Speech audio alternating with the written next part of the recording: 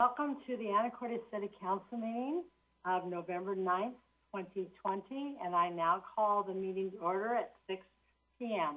Ms. Hunt, would you take the roll? Mr. Carter? Here. Mr. Young? Here. Mr. Walters? Here. Ms. Kayla McGrath? Here. Ms. Moulton? Here. Mr. McDougall? Here. Mr. Miller?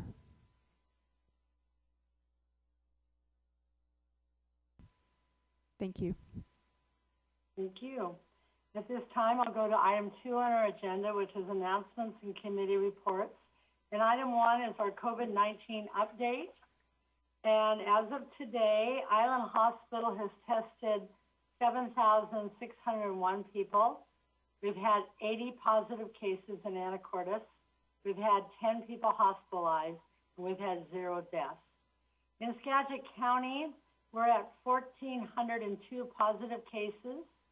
108 people have been hospitalized, and we now have another death this week. We're up to 26 deaths in Skagit County. Washington State Department of Health, there's been 117,331 confirmed cases, with 2,439 people have died.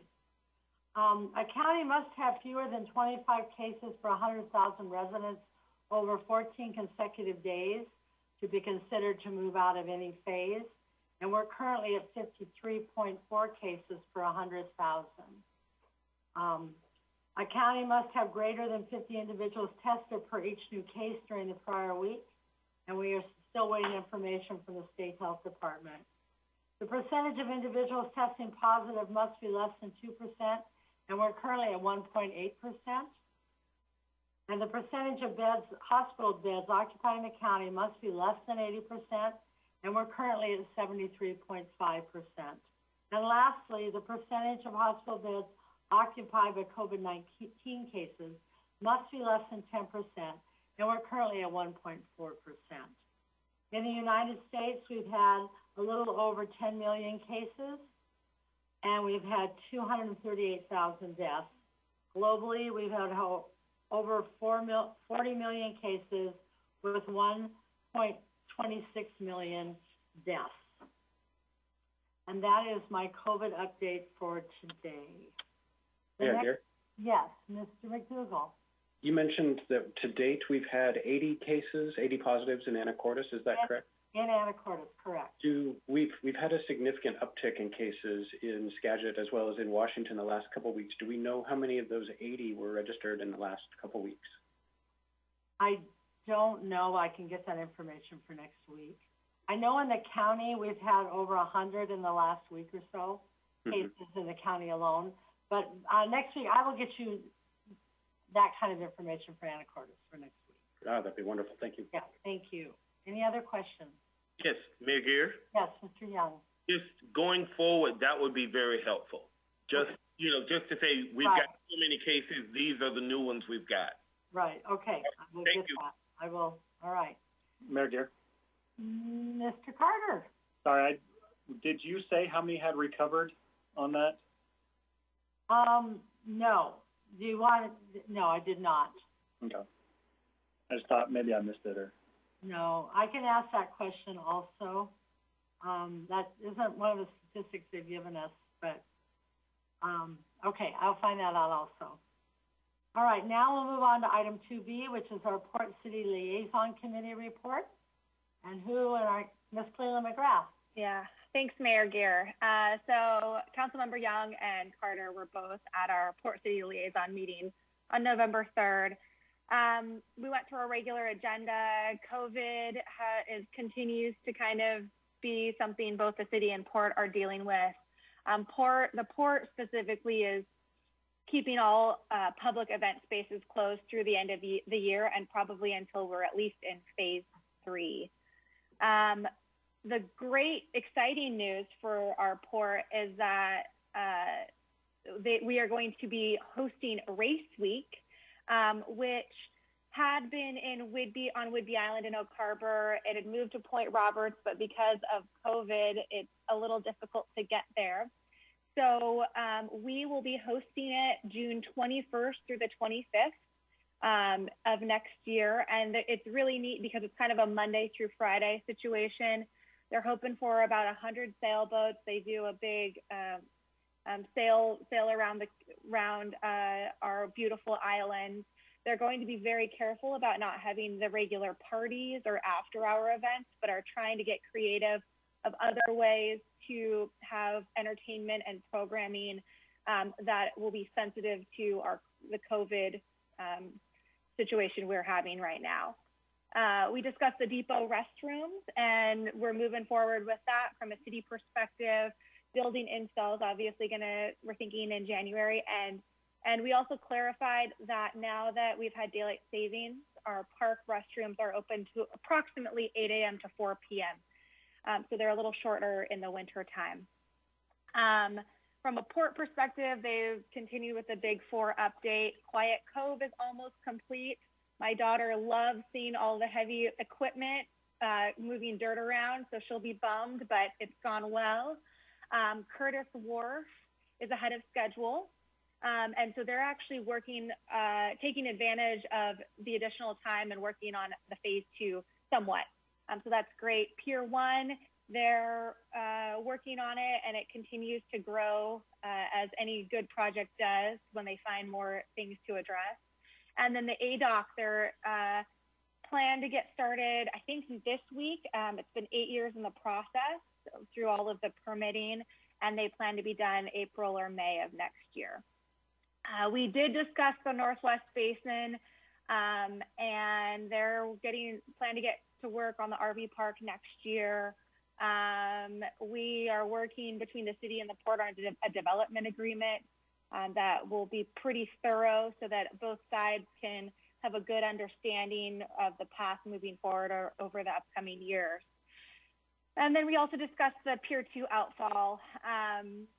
We're kind of working on an access agreement and things like that. And then finally, the outfall relocation and what works with both the city and the port for access and where that should be located. But yeah, I think that was it, unless anyone else has other things to add. No, Christine, you, of course, Ms. Cleveland McGrath, you always do such a wonderful job. The only thing I wanted to add to that is that the continued discussion between the port and the city is really working well together. It was a superb meeting. I think that the clarity of how do we go forward as two organizations within our city is being cleared, and the path forward is wonderful. So I just wanted to acknowledge that it's really a good collaboration between the city and the port, and it's working well, I believe, for all of us. Thank you. At this time, we'll go on to item 2C, which is the Fiber Committee report. Mayor Gare. Ms. McDougall. Fiber Committee met, and I'm going to actually be quick because we've got quite a bit of agenda. Construction on the expansion areas, these are areas 1 through 6, if you'll recall the maps that we've shown previously, is underway, especially in areas 1 and 5, which is kind of the neighborhoods south of 12th, from 12th to about 22nd or 24th and east of D. So that area is, most of the construction is complete, and then there's kind of a final splicing that's to be done the week of the 16th. And so we should start seeing customer turn-ups in that part of town after that week. And then construction is proceeding as well through areas 2, 3, 4, and 6. Also very quickly on the numbers, we are at a total of 287 residential customers turned up and 69 business customers turned up. We've achieved, let's see, nearly 45% market share take rate in the Central Business District, just shy of 40% in Old Town at 39.7%. And then in M Avenue, we're at 37.5% customer take rate. And then in areas 1 through 6, we're at about 18 or 19%. That's kind of the average. And Mr. Miller or Mr. Walters, did you want to add anything else? Okay, thank you, Ms. McDougall. Mayor Gare. Yes, Mr. Walters. We did talk a little bit about the dark fiber leasing policy.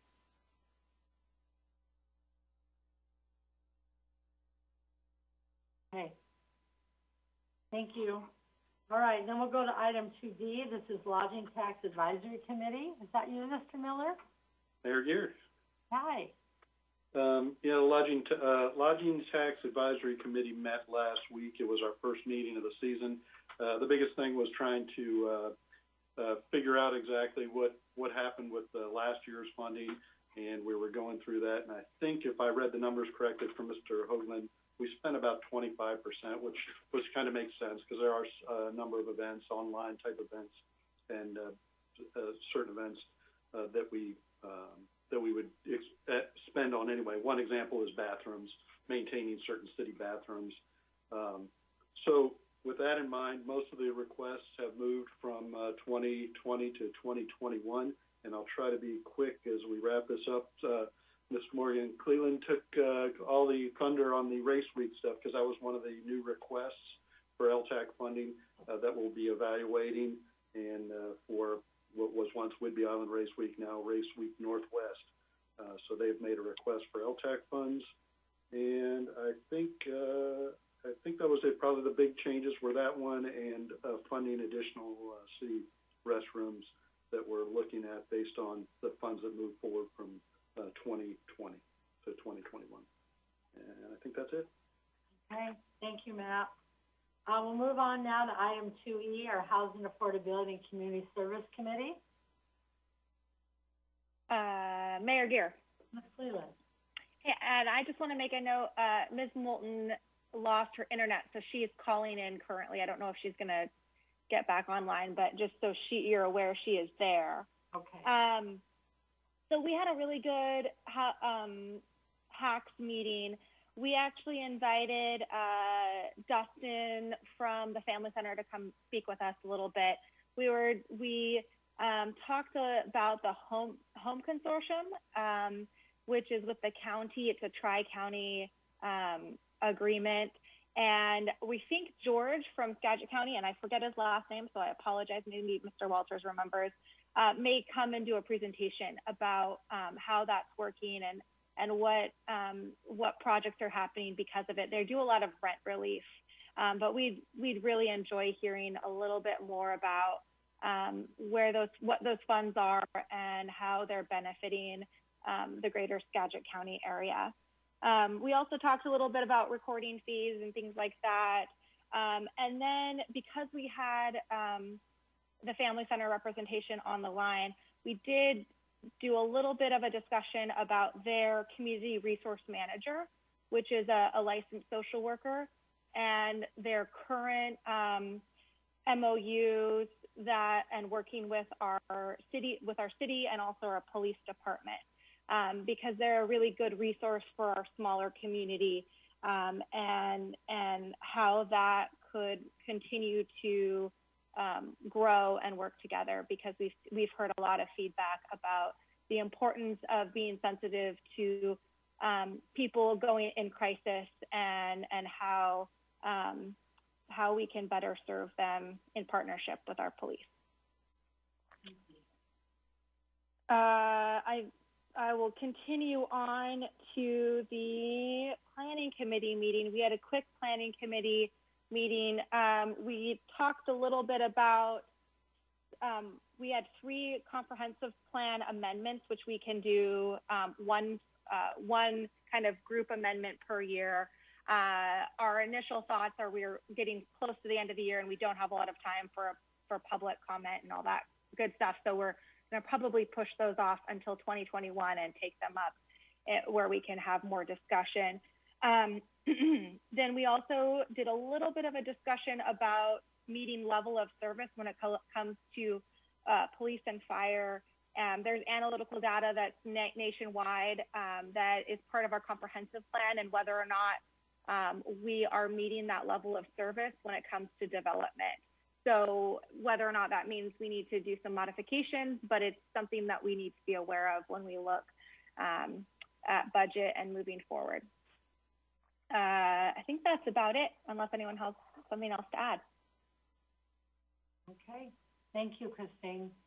Any other items for the council to report? Okay, so at this time we're going to item 3, which is public comment. And during public comment, you can speak to the council about anything that is not on the agenda tonight. So on the agenda tonight, we have a continued public hearing for the budget. So if you have comments for the budget, wait till then. And then we also have the closed record decision hearing on the Crossings Cottage, and if you have to be a party of record to speak then. So if you have anything to talk to the council about that is not budget related and you're not a party of record for the closed record, this is your opportunity to talk. If this was an evening where we were in the council chambers, I would say we had a full room. It's pretty exciting. We have 58 attendees. Right now I have 2 people with their hands up. You will be allowed 3 minutes, and I hope everyone can stay within that 3 minutes or a little less, because if everyone wants to talk, it's going to be a very long evening. I also want to say tonight is your opportunity for you to talk to the council and myself, and we're here to listen tonight. Because there's so many of you, we're not going to have a discussion, but we're going to take in everything that we hear tonight. And next week at November 9th meeting, we will have a conversation about the budget. So keep that in mind if your comments are regarding the budget. And there also will be other opportunities to have conversations about other things that are brought up this evening. So with that being said, Matt, if you can bring me to our first person that's going to speak. And now we're up to 79 participants. This is very cool. So I see E. Walsh. Is that Erin Walsh? Welsh? Yes. Yes. Welcome, Erin. Hi. Hi. Hey, I'm not sure if this is budget related or if this is for another day, but I wanted to make a prepared statement about the defunding of 3 police officer positions. Well, it's a budget, but if you just want to make that statement, that's fine. Okay. I serve as a clinical mental health therapist intern in community mental health clinic. And while I compassionately serve this population, I'm also aware of risks and realities. I've encountered a variety of psychiatric disorders, including those with panic and psychotic features. These include paranoia, persecutory command hallucinations that convince patients to commit violent acts with or without weapons towards themselves and towards others. Each individual often has a diminished insight and blames others for their immediate presence, or that are in their immediate presence for their distress, absent any realistic connection. Despite skilled de-escalation, there is still a safety risk due to altered perceptions and manic states that are by and large unaffected by reasoning alone. This becomes exacerbated by medication non-compliance and substance use. Individuals can be paranoid, non-cooperative, violent, suicidal, and homicidal. They cannot always anticipate their own changing conscious states, and the nuanced differences that indicate a departure from baseline is often difficult for psychiatric professionals to see. Once in crisis, sometimes the only effective measure is safe containment and medication and enough time to return to a baseline behavior. And we, of course, don't always know that beforehand. Our own documented state laws recognize this unpredictability of mentally ill individuals and the relationship to safety. For example, a person becomes ineligible to possess a firearm for having been involuntarily committed to a mental health treatment facility or a substance use treatment facility, or for having a 72-hour psychiatric hold for any reason, including suicide ideation. While a mental health diagnosis cannot predict criminal activity, certain diagnoses and mental states do correlate with dangerousness towards self and other, and towards anyone who responds to a call, but especially one without the authority or force of a trained police officer and outside a contained environment. Dispatching social workers to address mentally unstable individuals erroneously assumes that police officers contribute to the problem and that they are somehow instigators. It is my opinion that a social worker or counselor should never take the place of a trained and armed officer. An additional risk that I believe begs consideration is the protection of privacy for such individuals. For mental health professionals to be safely dispatched, I foresee the growing desire to have foreknown information about the individual's mental status. And this perceived need for information can give rise to debates and eventual compromises about creating registries and databases with what would normally contain HIPAA-protected health information.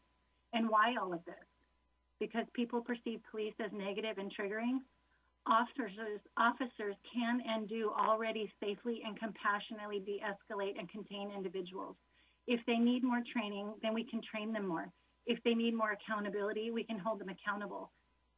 If we need an adjunct mental health responder, then we can incorporate one. But please do not replace 3 officers with more vulnerable individuals and in the process diminish the city's overall police presence. I do not want to see our city following suit with a very progressive movement of defunding police and leaving our citizens vulnerable, when what we should do instead is further fund our police and continue to adequately meet the needs of our society. Thank you.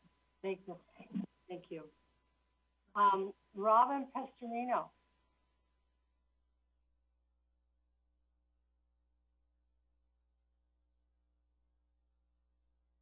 Robin, your mic's not on. How's that? Yeah, perfect. Welcome. Excellent. I'm sorry, I thought I was on. I would also like to speak on behalf of our police department. My husband and I started coming here in '97 every summer. By 2000, we really liked the community. It was very homogeneous. Coming from a larger city, we really appreciated Anacortes. I have lived under 3 different police chiefs. All of them have been extremely cooperative. They've all been very sensitive to our community. I am in favor of funding whatever it needs to be funded. I thought Ms. Welsh did an excellent job in explaining that. I am not opposed to the badges or the slogans on their vehicles. I think they need a brotherhood. If we have a bad policeman, let's get rid of them. But otherwise, let's support our police department. Thank you very much for listening. Thank you. Bob Anderson.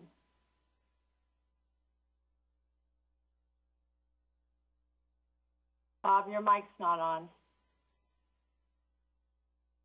There we go. There you go. Welcome. Thank you, Mayor. My name is Bob Anderson. I'm at 1004 7th Street here in Anacortes. And what I wanted to talk to you about today, to the council, to you, Mayor, and to the community, is something that came up last week at last week's meeting. One of the people who spoke mentioned the weekly events that occur down at 12th and Commercial there in front of Safeway, where you have people expressing their political views. Which is, of course, a time-honored tradition protected by our state and federal constitutions. And one of the things that was said really kind of raised a red flag for me. A young lady mentioned that she was down there protesting for Black Lives Matter, and she was subject to hate speech. And in response to that, both you, Mayor, and Councilmember Young spoke about having discussions about that, about what might be. She asked the young lady asked what might be done about it. What are you going to do about that? And there was sort of mention of you have been talking about that. And that raised a red flag for me, because we're talking about First Amendment. There is no such thing as hate speech. There is hateful speech, but that's protected by the First Amendment to the U.S. Constitution. And so it concerns me if there's some plan to, in some way, limit speech in Anacortes, and of course, we can't allow that to happen.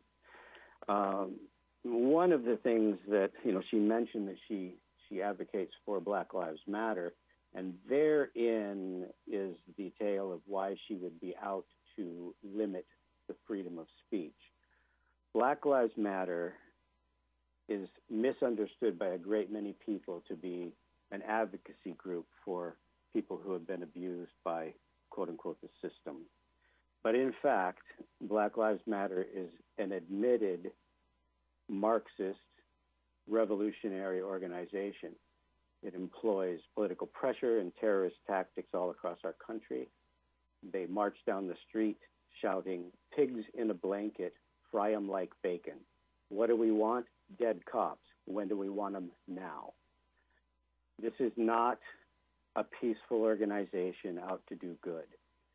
And the Thin Blue Line and Blue Lives Matter organizations are wonderful organizations. To impugn them as racist or white supremacists is appalling. I fully support police officers showing their support for those organizations. Thank you very much. Thank you, Mr. Anderson. Kayla House. Your microphone's off, Kayla. There you go. Hi. Welcome. Hi. So, Mr. Anderson was talking about my comment last week, and I've been subject to multiple death threats for my own beliefs, and I think that entails hate speech, and I don't think that the city council should be idle about this. I mean, death threats are a serious thing, regardless of your political affiliation, regardless of your beliefs. You threaten someone's life for what they believe in is not okay. Also,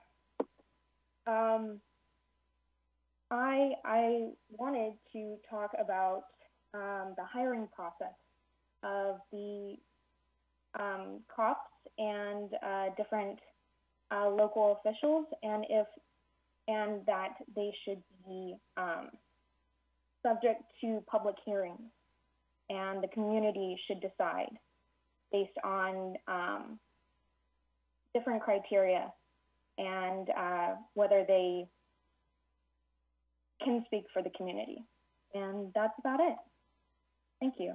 Thank you. Carol Bourdin.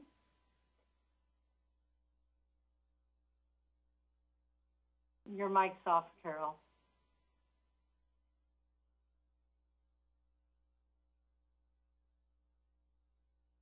Are you there? Okay. So Carol, all right, I'll come back to you. Drake Elliott.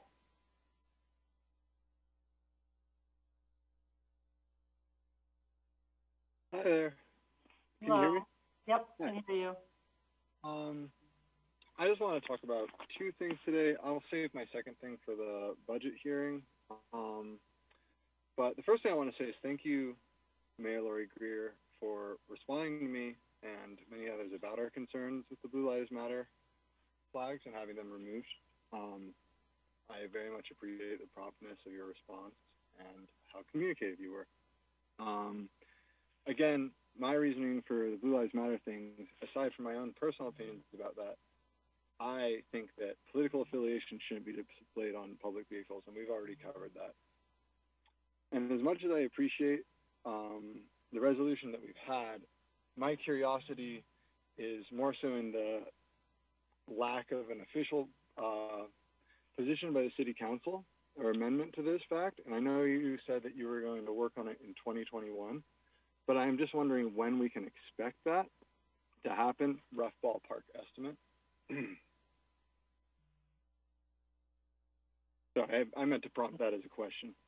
Yeah, well, I said tonight we were just going to listen, and I don't really have a response. Okay. Yeah, I don't have a time. Okay, that's fine. Well, yeah. Okay, well, I'm just hoping that we can get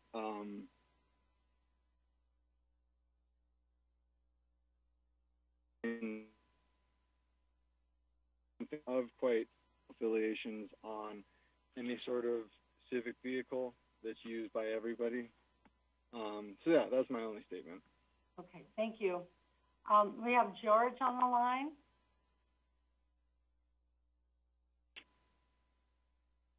George, can you hear me?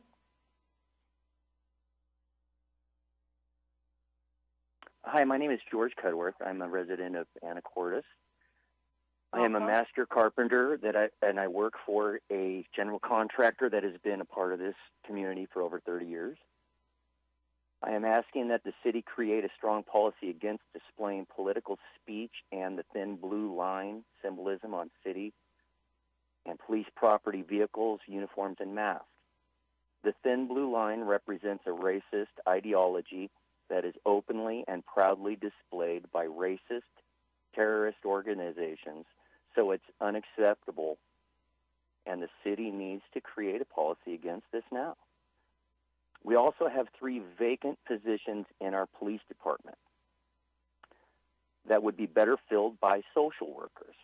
At least 30 to 50% of all calls APD responds to could benefit from social workers, whether responding to substance abuse issues, mental health, or domestic situations. It could only benefit our community to have someone who specializes in social work on call. And I'd like to add one thing about the person who was talking about the young lady down on the corner. She was assaulted, physically assaulted.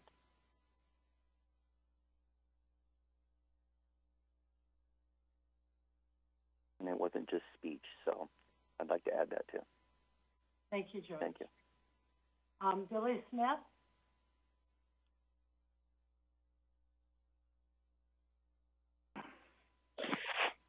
Good evening. Good evening. My name is Billy Smith. I'm a resident of Anacortes. We moved here in 2008, and in that time, I have had livestock loose that ended up at my property. I've had my garage broken into. My son this summer in July, I believe it was assaulted in the forest lands. Most recently, my wife's vehicle was backed into and the driver left a hit and run. And in all those instances, I called the Anacortes Police Department. They responded professionally, they were helpful, and they helped calm my family. They helped give us solace and the strength to get through the situation. And to think that we would possibly defund this organization that is the backbone of the community is appalling as a resident of this city. I would ask that the city council and you, Mayor, to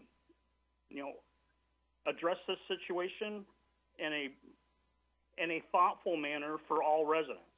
I cannot believe that we have folks that live in a world where they would want to defund the police department. Those are people that have never called the police department and had a bad situation solved by a mere phone call. I don't know what to say other than that. I appreciate your time. Thank you, Mr. Smith. Appreciate you calling. So the name is Staff that's on the phone, or Staff? Your microphone isn't on. There. There you go. How do you say your last name? Spaeth. Spaeth. And my name is Chuck Spaeth, and been living in Anacortes for 20 years. And I just want to give total support to the police department. I've never found them to be anything but helpful.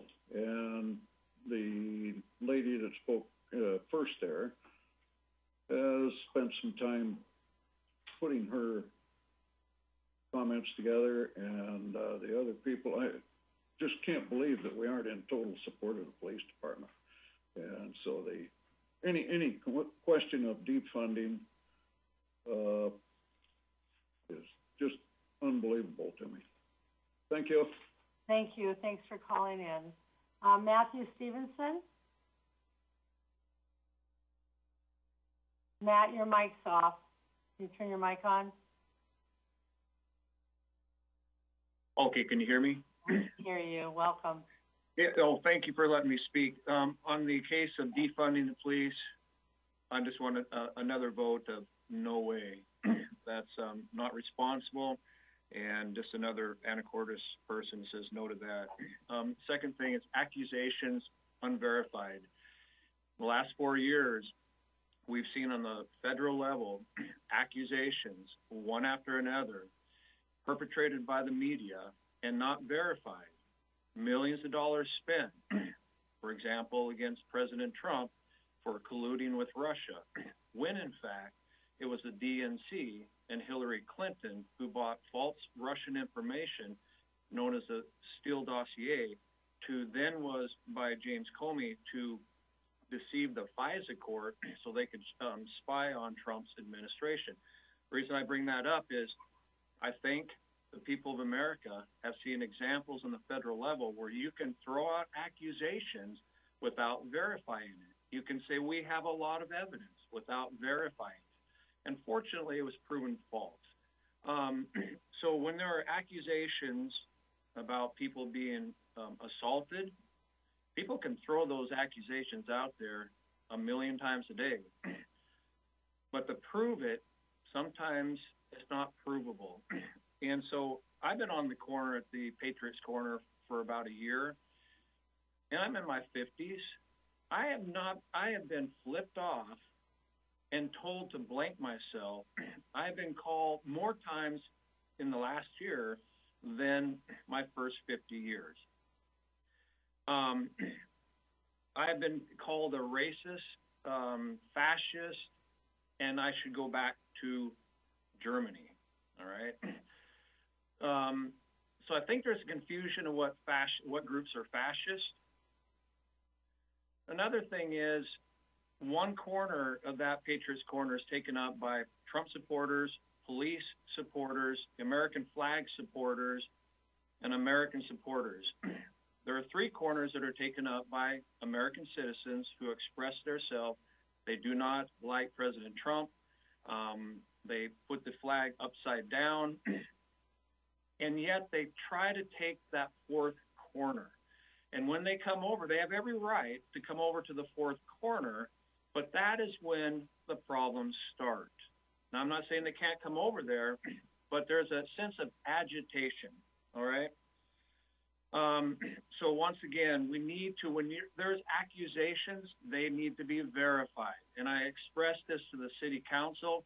I would like everyone of the city council to come down this coming Sunday and experience what it's truly like on that corner. And defund the police or fill it up with social workers. Don't do that. Okay. Maybe set aside another fund and hire some social workers where they can work during the day and the week to help those that are in need. Thank you, Matthew.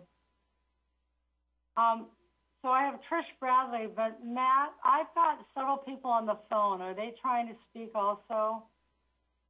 Matt Kaufman? We are not aware of them trying to speak right now. If you would like to speak and you're on the phone, remember that you can press *9 to raise your hand and you will be placed into the queue. Okay. *9 if you want to talk on the phone. That's great. Okay, so I'm going to go with Tricia Bradley, and after that it's Corey Joyce, and then I got some phone calls. Trish, you need to turn your mic on. Can you hear me? Yeah, I can hear you now. Okay. Briefly, Anacortes Police Department is a vital part of the town of Anacortes. Without law and order, we cannot enjoy the way of life we currently have. So, in a nutshell, let's stop this nonsense of trying to fix something that is not broken. The police department is not broken, an extremely professional organization. Thank you. Thank you, Ms. Bradley. Mr. Joyce, Corey Joyce? Turn your microphone needs to be turned on, Corey. Let me see. How about that? There, perfect. Hey, Lori, thank you. Welcome. I've lived here most of my life, 40 plus years. Actually, you probably remember me living down the street from you. Yeah. Yeah, theft has grown in the past few years. I can't believe that this is even a topic on defunding the police. Kind of silly about the blue thin stripe. That's just ridiculous in my opinion. But it's just mind-boggling to me that this is even a subject being talked to by our city council that's supposed to, represent the city. It's nuts. I don't want to take up too much time because there's a bunch of other people on here, but just an example. I feel bad for the gal that got assaulted on 12th Street. That should never happen. But would she rather call a cop or a social worker? So that's all I got. Thank you, Corey. All right, now we have, I'm going to your phone number is 404, and you're up to speak. Can you hear me? Aloha. Yes, can you guys hear me? Yes, go ahead. Okay. My name is Rochelle Kay Aloha. I live in Anacortes.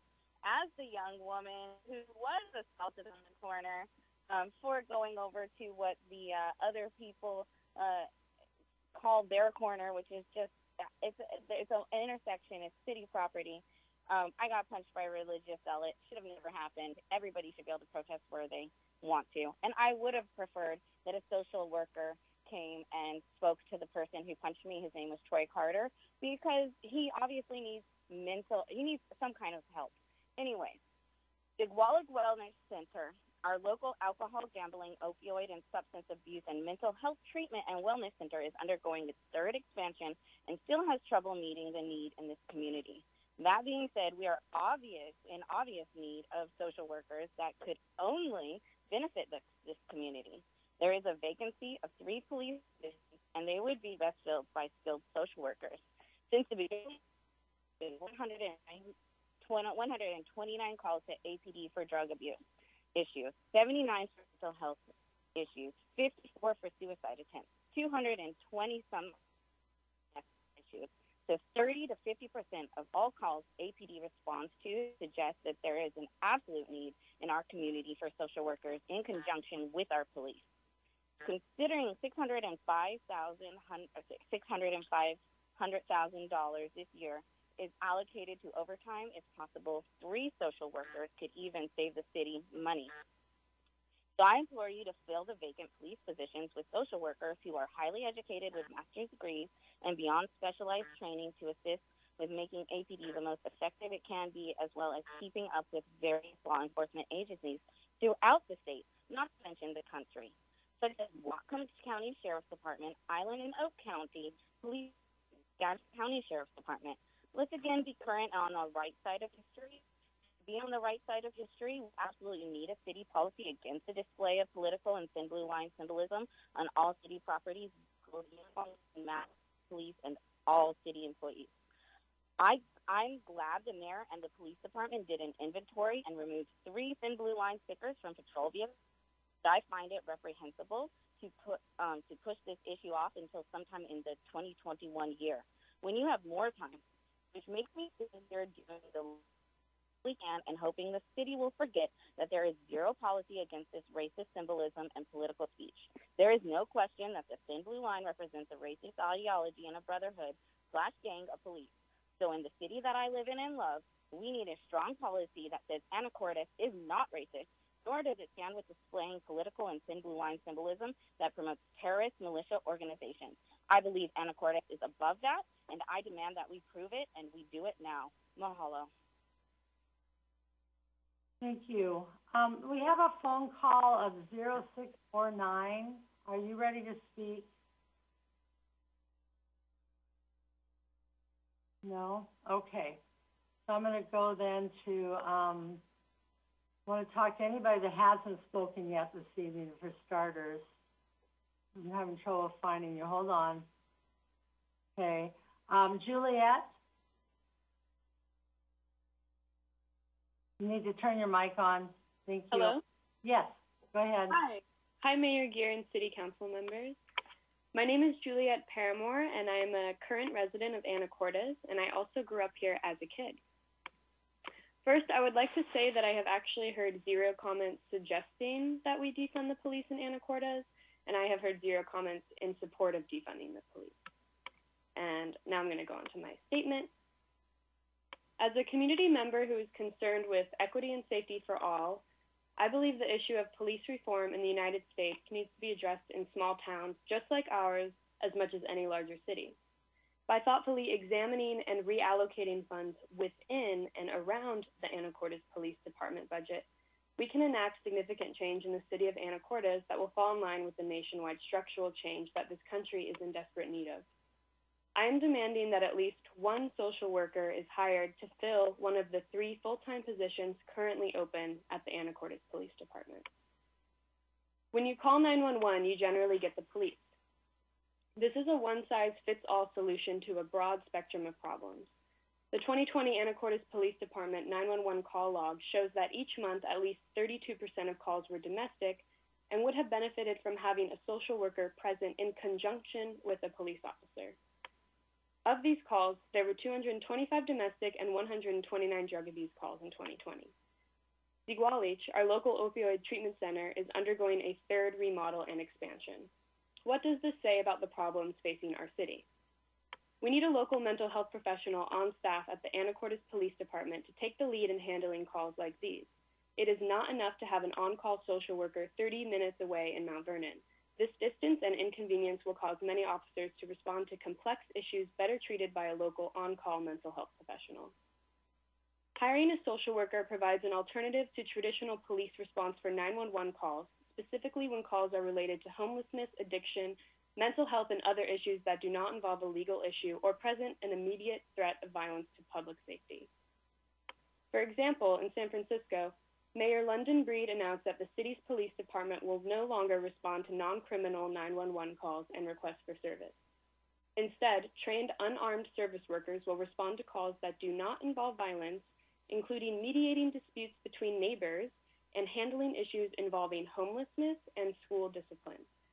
Similar programs are being developed in Albuquerque, New Mexico, and St. Petersburg, Florida, as well as countless cities across the nation and in our own state of Washington.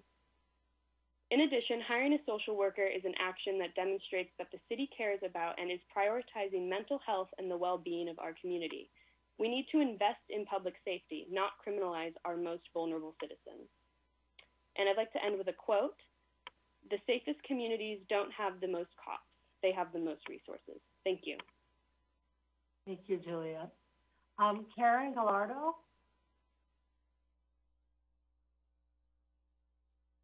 Hello, my name is Karen Gallo. I was born and raised here in Anacortes, and being a proud citizen of the city, I believe that the Anacortes citizens deserve an investment in social services. Again, I do want to follow up with what Juliette said. No one here has said anything about defunding the police. We are saying that we would like a full-time social worker to be hired locally as one of the open officer positions in the police department that's currently up for hiring. For a long time, I thought that our small little city was pretty calm and that not much happened here. And upon a statistical analysis of the official 2020 incoming 911 call log provided to me by the Anacortes Police Department, I can say that a social worker will benefit our city far more than I would have originally imagined. Of the 7,000 plus calls from January through November, consistently, month over month, over 1/3 of those calls were case types that would have benefited from a social worker. This includes 225 calls about domestic disturbances, 54 suicide attempt calls, and those were attempts by our Anacortes citizens, our friends and neighbors. This call log also included children-related cases, such as 13 runaway juveniles and 4 cases of child abuse. These calls should have been handled by a social worker who is trained to do this and primarily this. These are more social cases. They shouldn't be met with, incarceration or arrest. They shouldn't be criminalized in any way. So this year alone, there were over 2,000 fellow Anacortes citizens who would have been better serviced by an experienced social worker who is trained in helping these situations.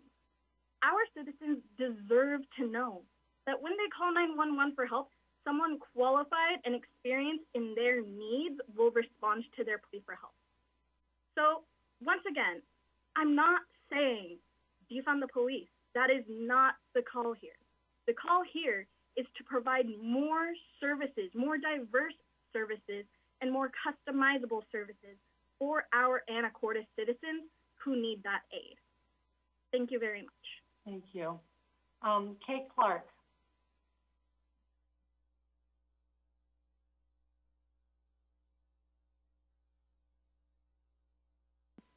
Hello, can you all hear me? Yes, go ahead, Kate. Thank you. So I just wanted to begin by commending City Council and you, Mayor, for removing Blue Lives Matter imagery from our police force. And this isn't based off of an attack off the police department, but because we all understand that any type of political, personal, or religious imagery doesn't belong on city vehicles or uniforms. And so the next step of that is that we really need to put this into policy. And so we can't really leave this up to the whims of our future city councils or mayors. And so I just wanted to follow up with that and ask that we develop a policy around this. So I also want to echo what our other community members are bringing up, that what we are bringing up tonight isn't about defunding the police. And I think we can all see that there's a lot of fear surrounding that, but really what we're asking for is for more support, both for our community and for our police department. So there's one open APD position that we believe needs to be filled by an embedded social worker amongst the 3 open positions within the department. And I want to focus my comment about professional experience. Requirements to be an APD officer are minimal. You must be at least 21 years old, have an associate's degree, and a valid driver's license. How do we expect our officers to have the range of training and experience to respond to complex calls such as domestic abuse, homelessness, sexual assault, or drug use? We're setting our community and our police officers up for failure. Plus, with heightened national vigilance and criticism directed towards police departments, don't we want to provide our local officers with extra support? A Washington State social worker must have a master's or doctoral degree, an active state license, and continued training. So I want you to consider the positive budgetary impacts of hiring a social worker. About $600,000 of the most recent budget is dedicated to overtime, as mentioned. So consider those positive effects with the professional responding to habitual complex calls. Again, just to reemphasize, over 30% of calls received would have been better responded to with a social worker. So, at no fault of our police officers, their response to these calls to habitual, complex, high-risk situations will extend staffing time instead of providing support from a place of specialized training. So let's support the APD and our community and hire an embedded social worker. Thank you. Evan Saxton. Yeah, can you hear me? Yes. Okay, thanks, Mayor Geer and council members. I would be really shocked if I heard anybody on this call call for defunding the police. I just don't believe that to be a sentiment that's strong in our community. Yeah, so I'm adding my voice to the community demand that the city of Anacortes includes at least one social worker to work directly with the Anacortes Police Department. As our community grows, so should our ability to meet the needs of our neighbors. The criminal justice system and police organizations around the world are recognizing that using the same hammer to address every type of nail enforces social inequalities, perpetuates the crime, jail, poverty cycle. While I was reading about the role an embedded social worker might take, I thought I should look for examples of other communities around the country who have made small community-minded adjustments to their community policing. I figured that though it sounds nice, having a social worker embedded alongside police officers must be some radical idea.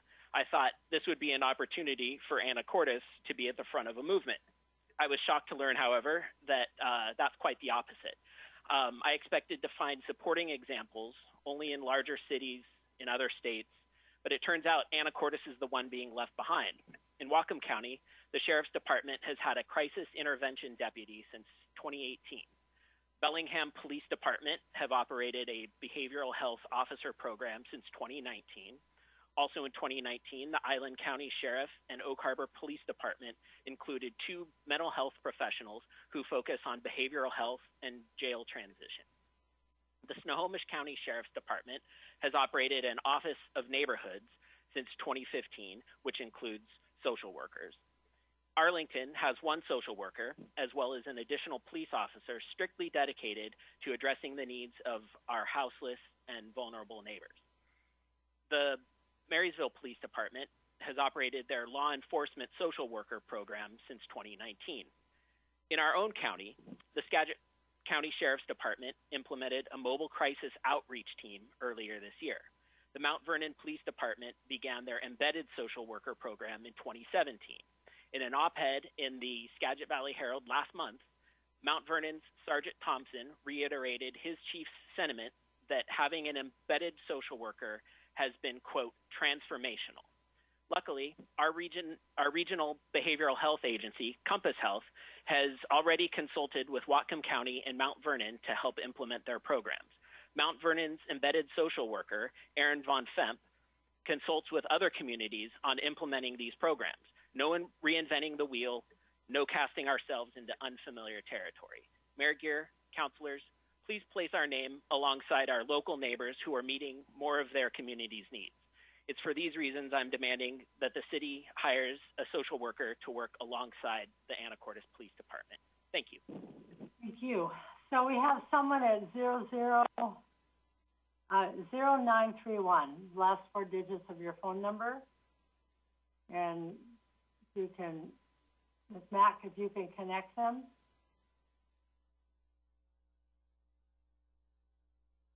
They are connected and they should have received a prompt on how to unmute their phone. It doesn't appear that they received that. Let me see if I can do it. Okay.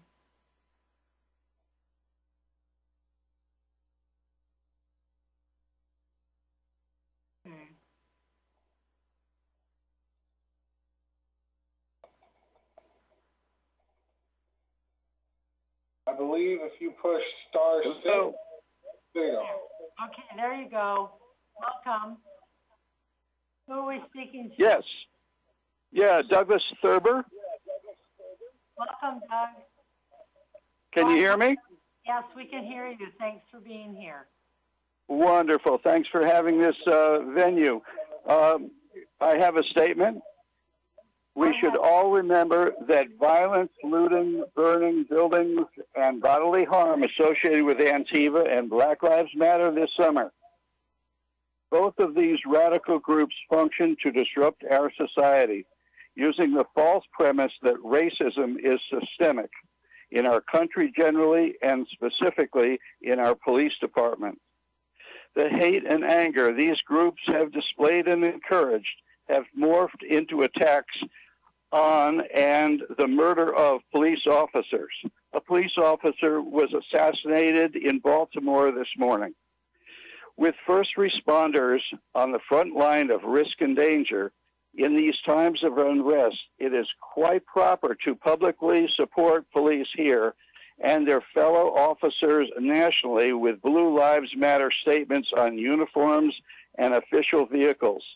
They are our endangered city employees, and we need to support their positive image. The second issue mentioned by a known BLM activist last Monday is the filling of vacancies in our police ranks with counselors. That dilution of a police effectiveness and weakening of law enforcement is part of the Black Lives Matter political agenda. BLM is harmful. Governing bodies like yours make laws and rules. The other half of law and order is up to police, the maintaining of order. Police are the hand of order. When we call 911, we expect action and strength, not talk. Talk should follow action, not interfere with it. Our country is not peaceful or at rest right now because of radical groups like Antifa and Black Lives Matter. We need a strong response to disorder. The encouragement from citizen activists and even members of our city council make a strained environment worse. We need to counter the aims of BLM, a Marxist organization, and crime with a fully staffed uniformed police force in Anacortes.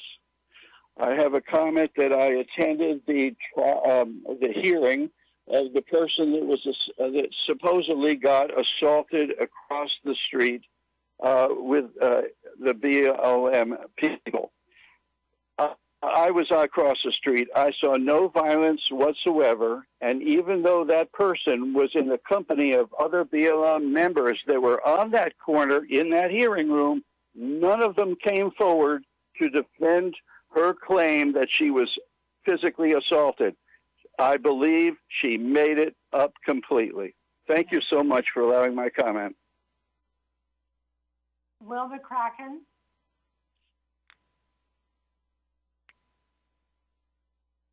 Hello, hello. Can you hear me? Hello. Yeah, we can hear you now, Will. Hi, my name is Will McCracken, a longtime citizen, first-time caller, and I am calling in to express my support and happiness, one, with the doing away of the Blue Lives Matter memorabilia on our city-owned vehicles and equipment, which I think is a great win, and I fully and very adamantly support that as a movement and as official legislature in the future. And but the main thing that I'm calling about today is to express my support for the hiring of a full-time social worker in place of one of the 3 open positions in the Anacortes Police Department.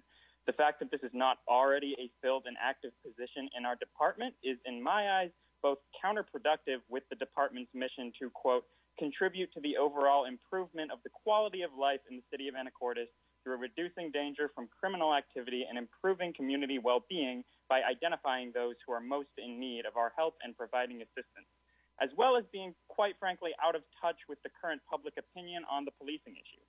A couple years ago, I went to a very affecting city council meeting that was focused on the mental health crisis in Anacortes.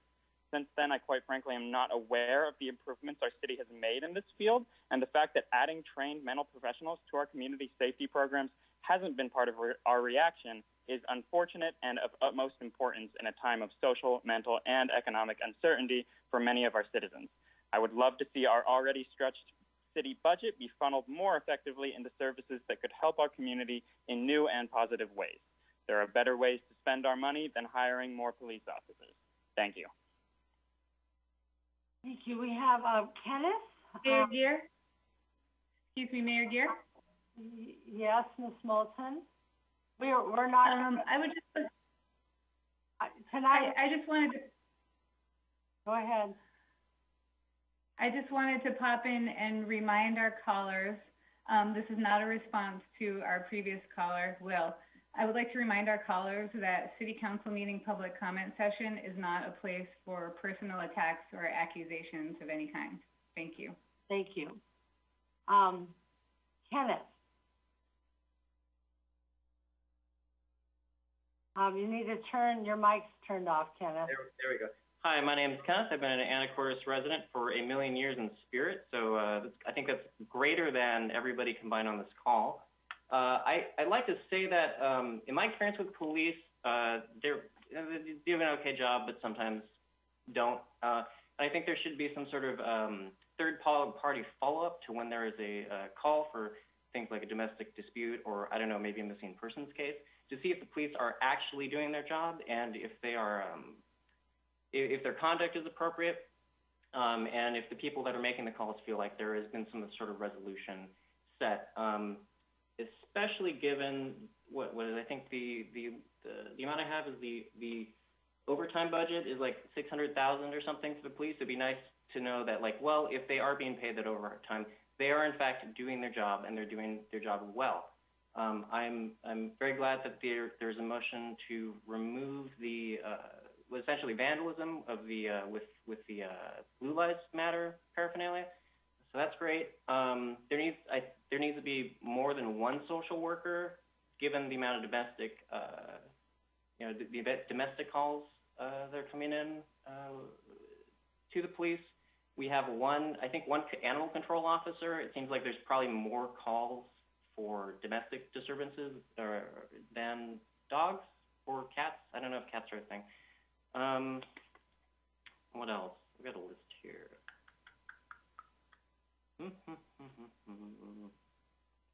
Oh, yeah, the other thing, I want to bring this up for a while, just haven't yet. Wondering if the time for when construction can be begin can be pushed from 6 a.m. to 8 or 9 to be more amenable to young families and the folks who have a later waking time, so they're not woken up by construction. I think that's all I had written down. Thank you. Thank you. We have a Doug on the line.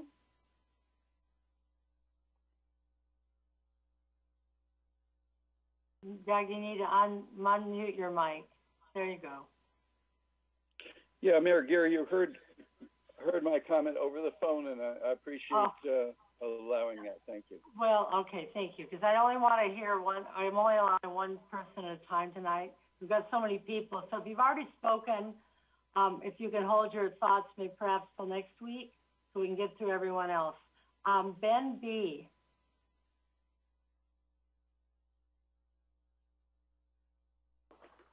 Hello? Yes, welcome. Hi. Yeah, I'm been a longtime resident of Anacortes. I've lived here a little over 40 years. I haven't lived here the whole entire time, but I have stayed connected and have an idea of what's going on here. I think that some of the people mentioning defunding police or enabling social workers may have a place, but the problem with that is that that's not real life, and real life problems require real life solutions. I think that some of these people should potentially listen to police scanners or maybe go on a ride along and see what police actually do. For an example, about a week ago, I heard a police scanner call. Actually, at first I heard a skidding car and then it crashing into something. And my question is in that moment, what is the social worker going to come to the aid of that person and do?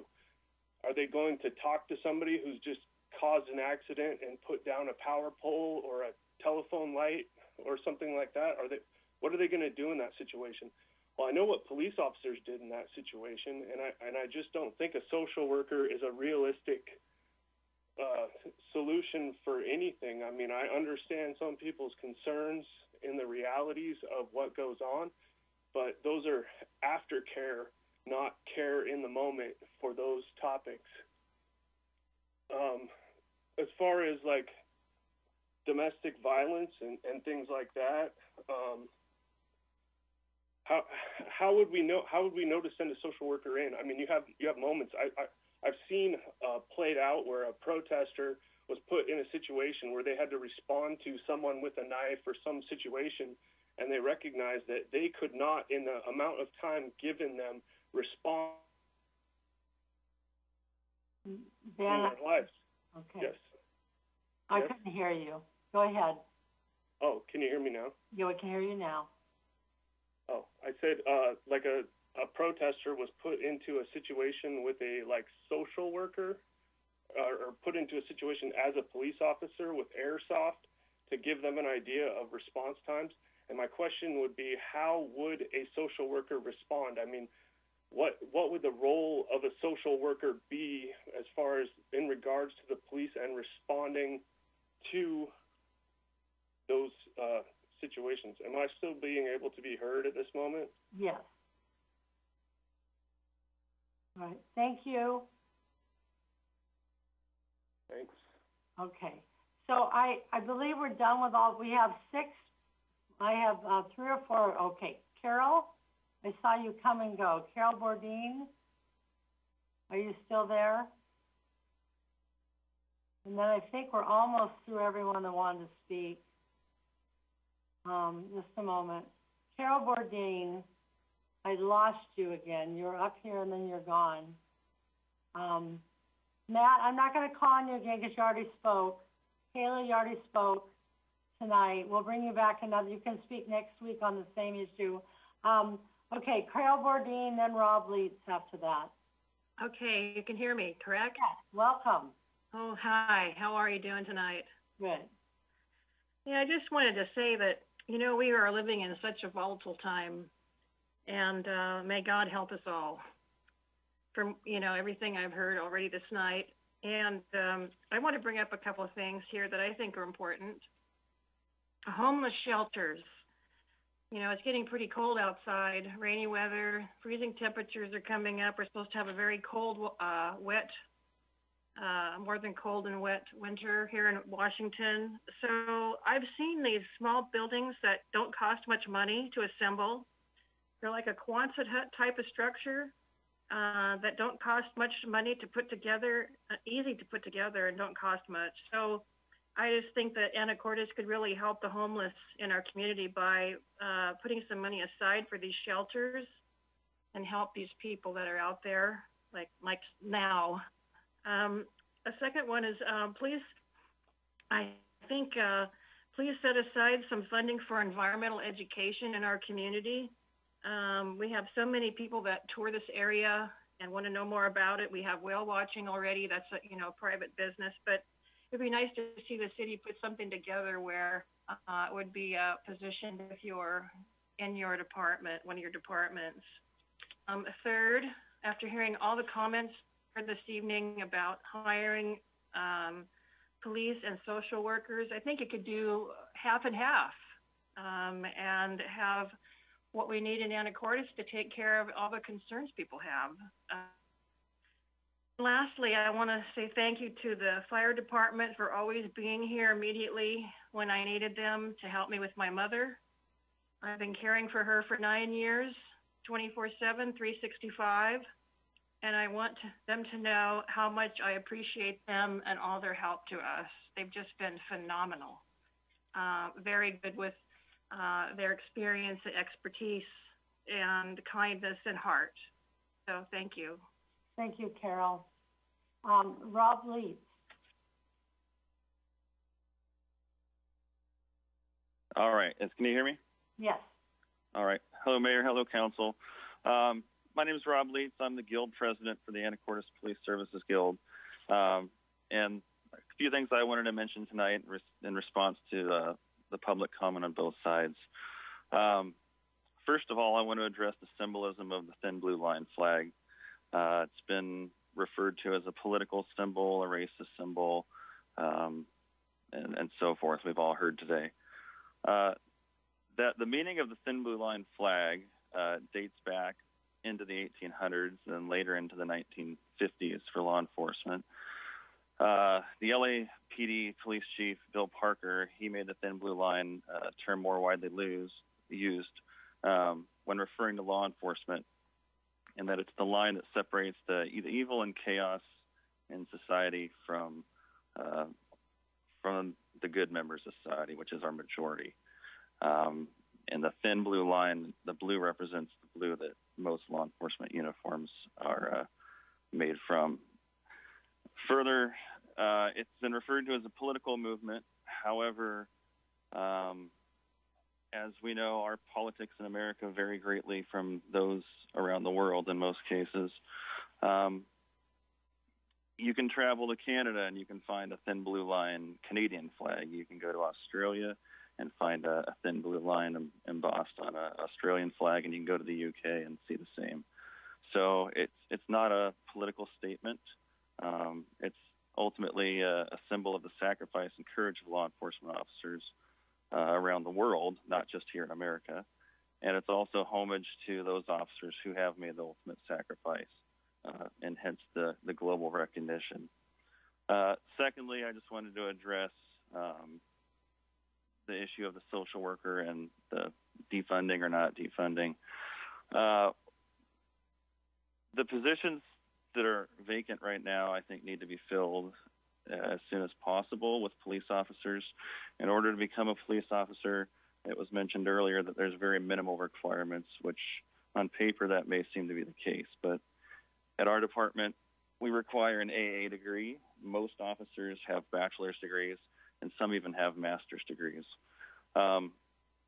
So most officers here have a fairly high amount of education. Also going into that, there's a significant amount of training. They spend approximately 6 months at a police academy and then 3 to 4 months on field training. And in response to the domestic violence calls, suicide attempts, and child abuse calls, these are calls that a social worker simply can't handle when they come into 911. Domestic violence calls are normally heat of the moment where it takes a trained police officer to respond to. I'm not opposed to exploring the idea of adding a social worker to what we already have, but police officers are necessary to respond to what we are dealing with on a daily basis. Thank you. Thank you. John Richards?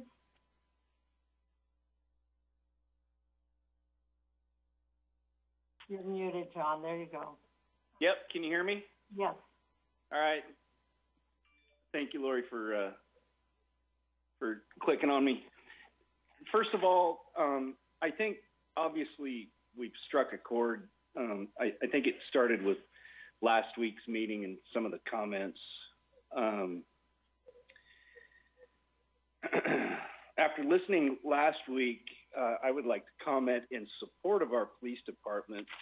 I, like many others, have chosen Anacortes as a place to live, as a place to work, mainly because it's a safe area and it's a gorgeous area. It's getting through all the obvious things about Anacortes. It's a very desirable place to live. I think anytime when you're talking about a desirable place to live, we tend to get good health care professionals, good professional people, great teachers, blah, blah, blah. It goes on and on.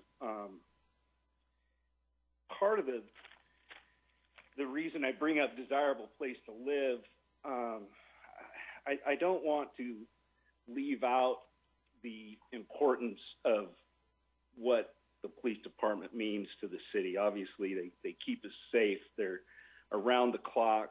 They work hard. They don't ask for, anything extra other than, a little bit of respect, a little bit of support. I did have a prepared statement, but I've changed it after listening to what is going on tonight. Obviously, there was a lot of talk about the blue line, thin blue line flag. Come on, really? Is that really a thing? I guess some people are offended, but I don't bring a lot of stats like previous commenters here to this forum.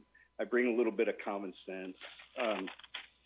Let's keep Anacortes a very desirable place to live. This is a great place to raise a family. I am a former business owner here in town. Think about the police officers, the women and men of the Anacortes Police Department. They chose to live here too. It's very desirable.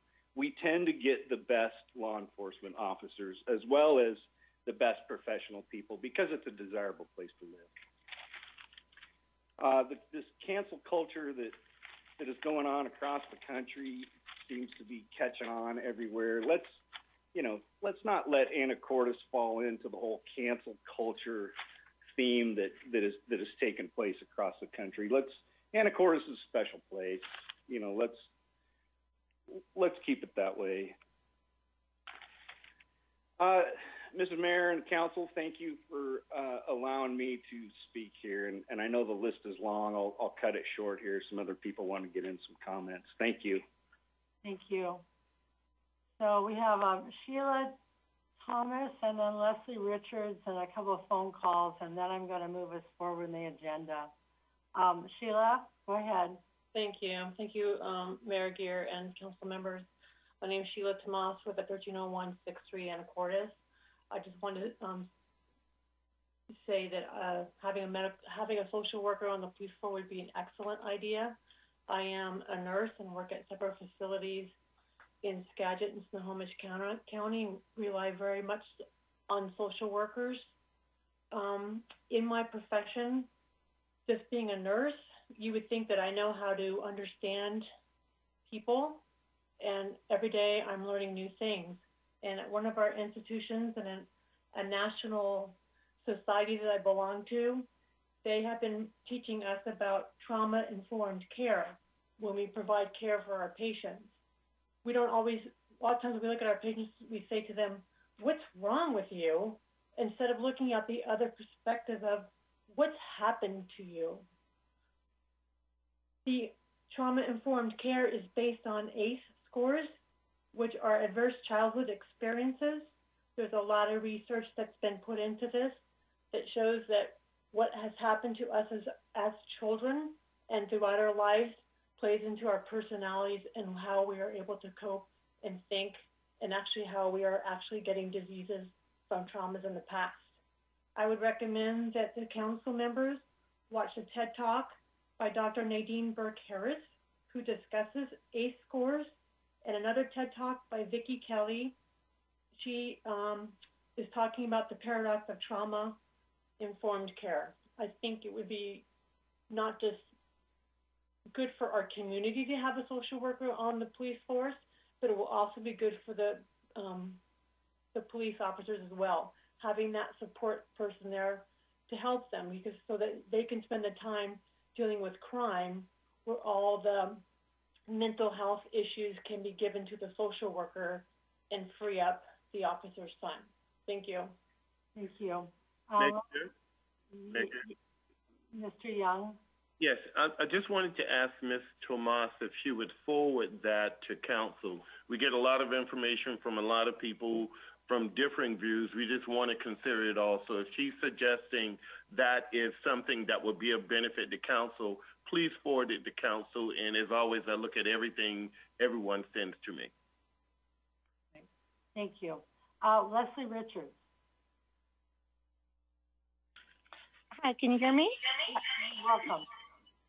Hi, Lori. First off, I want to say thank you for the opportunity to speak in response to comments made at the last City Council meeting regarding our local law enforcement and the meaning behind the thin blue line. As I believe we can all attest to, we are living in a very divided time. Part of that division comes from what we are all exposed to every day, be it the media, internet, or general conversations among friends and coworkers. We're living in an era of cancel culture. If I don't like it or if it offends me, it has to go. I'll post, stand on the corner, or yell to get my way. The point of the statement is that we as a nation turn on anything that doesn't fit our agenda. We might say it's for the better of all, but really is defunding the police better for all. I, for one, am a proud supporter of all of our law enforcement officers. When I see the thin blue line symbol, I don't see it as a symbol of racism, but rather as a symbol of support for a group of people who are faced with things and situations that we as the general public have no idea of. Why is it so easy to judge all by the actions of very few? I hear people say that police are systematically racist. Well, what does that say about those who are saying that? I mean, they're basically being racist themselves and judging all police officers by, as I said, the actions of a few. Anacortes is and always has been a wonderful place to live. I have raised a family, built a business, and been involved in many areas of community service. Our city draws people from all over the world, and I don't want to see us turn into the next Seattle. I challenge any of the group who oppose our police, rather than canceling them out, take the time to get involved, go on ride-alongs, talk with our officers, quit looking at it as a uniform or a symbol, but as people who have chosen to stand between and defend us all from those who choose to cause chaos and destruction. I implore City Council to not succumb to the trend of canceling out our men and women in blue. They are the line to defend and protect us all. Again, I thank you for your time, and thank you to our local law enforcement for all you do to protect us all every day. Thank you. Okay, I have 3 people with phone numbers. 0649, are you ready to speak? I have 1523, are you ready? And I also have 8249. Okay, everyone else that's on here has already spoken tonight. And so I would ask you to put any further comments into writing, send them to the city clerk, and they will be part of our written record of this meeting and in the next meeting. I also want to comment that we received close to 40 public comments for this evening, and if you got them to the city clerk by 3 p.m. today, they became part of the official record. Anything that came into city council or myself, I will make sure they're included and sent to the city clerks as part of the official city record. So anyone that's commented in a written fashion, you're also being heard this evening. Time, yes? I just wanted to remind of the phone callers that if they want to speak, they can't see the screen. It's *9 to raise your hand. Okay. Again, if you want to get on, it's *9. Okay, we'll give them a moment, and then we're going to move ahead in the agenda. Okay, I don't see anybody doing that. So at this time, we're going to move out of the public comment phase, and we're going to move to agenda item number 4. It's our consent agenda. It has items A and B, the minutes of November 2nd, and the approval of claims in the amount of $267,002.31. Mayor Gear. Mr. Miller. I move we approve consent agenda items A and B. Thank you. Mayor Gear, second. Okay, we have a motion by Mr. Miller, a second by Mr. Young. All in favor signify by saying aye. Aye. Aye. Opposed, same sign. Okay. Ms. Swetnam, you have your hand up. Do you need to speak before I move on to the next agenda item? No. Okay. So now we're entering into where we're having our item number 5, item A, which is our public hearing, a continued public hearing on the 2021 budget. So if there's anyone that wants to discuss just the budget, nothing else, just the budget, we'll take those comments now. And those comments and everything else we move forward to next week. And next week we will have a meeting totally focused on the budget. So let me go to participants. So I want comments only on the budget at this time. Matt Stevenson. Mayor Gear, I just want to say next week I will make a statement on a couple things that were said tonight. And unless you want to hear it right now. No, only budget statements right now. Okay, so next week, do I have another chance to Yes. speak to some of the things that were said tonight Yes. that threw someone underneath the bus Yes. without a... You can say it tonight. You can speak next week. So, Matt, I know you can hear me. You can put it in writing, and you also can speak under public comment next Monday night. Thank you. All right. Now, Bob Anderson, do you have a comment on the budget? Yeah, my comment on the budget relates to I know the budget is tight. You guys have your work cut out for you, some difficult decisions to take. So I think that with 17 unfilled city positions, as I understand it, I think perhaps next year would be a good time to consider this concept of adding some kind of mental health aspect to the police department. But I think we should prioritize those patrol officers right away. As I understand it, the overtime hours are causing stress among officers. It's affecting even the number. So we're losing, I believe that we have one officer out on mental health leave or took some time for that. So I think we need to prioritize that immediately, get those 2 patrol officers and the records person to help support the police. They are understaffed. Even getting those officers on, we might still be understaffed there. So I won't go any further than that because I think we have heard a lot on this issue. But I think maybe even considering in next year, instead of adding a mental health professional, perhaps adding some additional training for officers, and then let the existing system of court-ordered mental health counseling and so forth go forward from there to best serve our community. So Thank you. Thank you, Mr. Anderson. Okay, Kayla, you have testimony just regarding the budget? Yes, I only want to talk about the budget right now. Go ahead. So there are 3 unfilled positions in the Anacortes Police Department, and I'd like to demand that at the very least, one of these positions of the police officer be filled by a social worker with a degree in social issues. This would greatly benefit our community in various ways, such as de-escalating situations of high intensity, dealing with victimless crimes, and calming tensions of suspects and officers alike. Hiring a social worker is a necessary shift in our community, where the majority of calls have to do with domestic and drug abuse. More than 32% of total calls for the entirety of Anacortes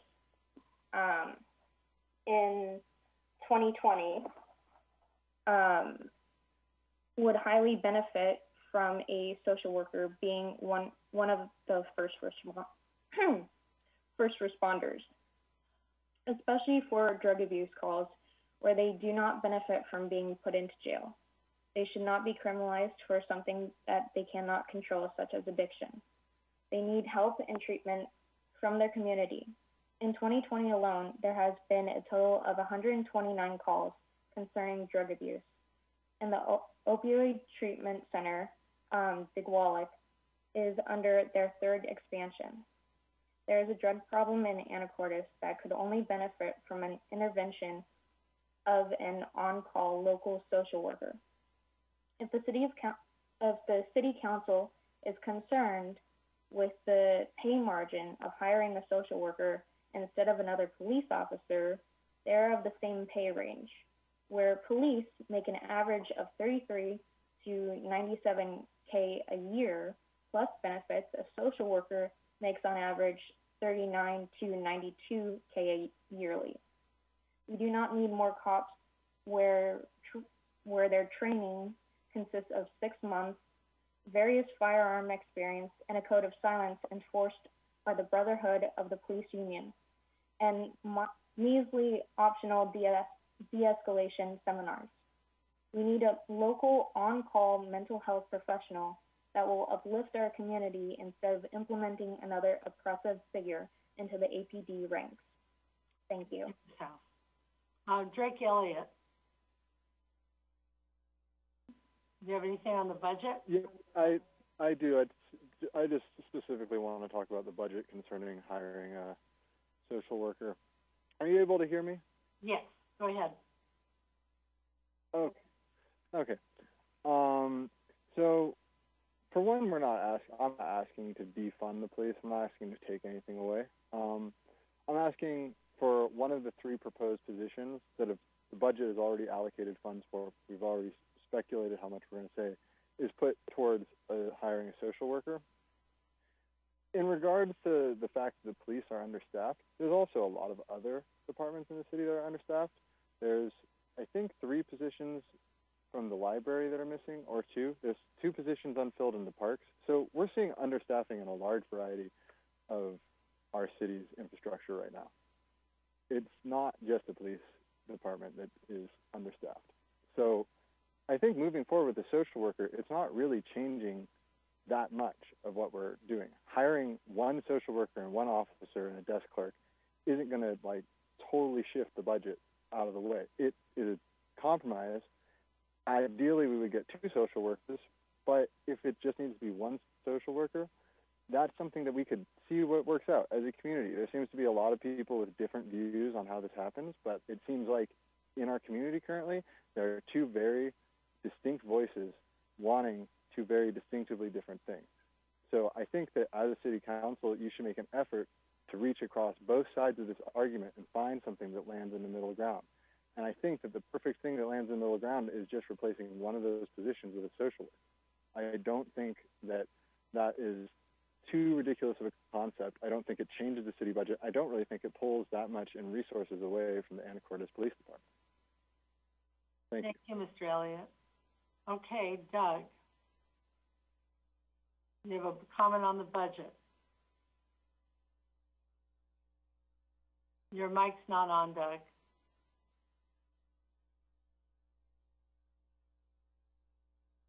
Doug? Okay, Doug, maybe you can put your thoughts in writing, or we're going to have a continued hearing next week.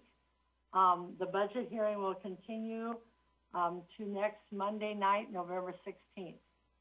And then we have Karen Gallardo. Go ahead. Hi, I'd just like to make a quick comment. I would definitely like to have a conversation with perhaps city council members or the police department or both, just to get a little bit of a better understanding of this particular item. But I wanted to call attention to line item 396 on the Anacortes 2021 budget proposal. That is a police budget specifically on the account of office and operating supplies. And the budget description item says this is $15,567, specifically requesting tasers, handguns, rifles, duty ammo, and batteries. And, you know, these aren't that much in use in Anacortes City. And quite frankly, I don't want them that much in use. There are other methods that can be used. I personally would prefer that budget allocated towards de-escalation training or towards other types of non-gun-based training and non-firearm-based training. Furthermore, there has been budget requests in past years. This is not the first time we're asking for the budget. This is not the first time we're asking for refills on ammo or rifles or handguns or tasers or any other sort of weaponry. So I'm asking, how are these equipment and supplies stored? Are you asking for more upon more each year? Are they not reused? Do they expire? Like, I assume they don't expire unless cared for very badly in storage. So this almost feels like an exuberant waste of money because we really don't need that many weapons. These funds can be put into a significantly better cause towards supporting the police department and our community, such as, like I mentioned, de-escalation training. Again, that is budget line item 396, and that is $15,567 requested towards that. I would like that lowered or at the very least looked into. Again, I will be willing to the conversation to better understand this and better understand what the city's intention with this is. Thank you very much. I just wanted to bring this to you all. Thank you. Okay, I think at this time we have no other comments on the budget. And the budget, as I said, is a continued 2021 budget and will be moved forward to next week, November 16th. Now we're moving on to item 6 under business, and 6A is open for public comment. This is a contract award for a Learn to Sail program number 20-216-PRK-001. This is a discussion item with possible action. Mr. Lunsford. Hi, Mayor Garrett, City Council. Can you hear me all right?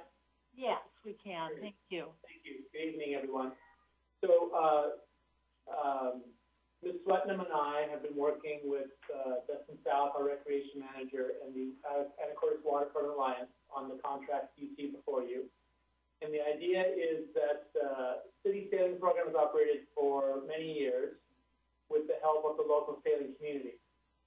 At this time, the sailing community in the Anacortes Waterfront Alliance, used to be known as the Small Boat Center, is ready to take on our sailing program and to do it themselves. So in this contract, you can see where we would still have a part of that program, the Learn to Sail specifically, but it would allow the Anacortes Waterfront Alliance the opportunity to expand the program. So we would like to, we've done this before, say with programs like girls fast pitch and softball, where Parks and Recreation had those programs at one time and then gave them over to another entity that could do them a little bit better. In that case, it was Anacortes Brewery.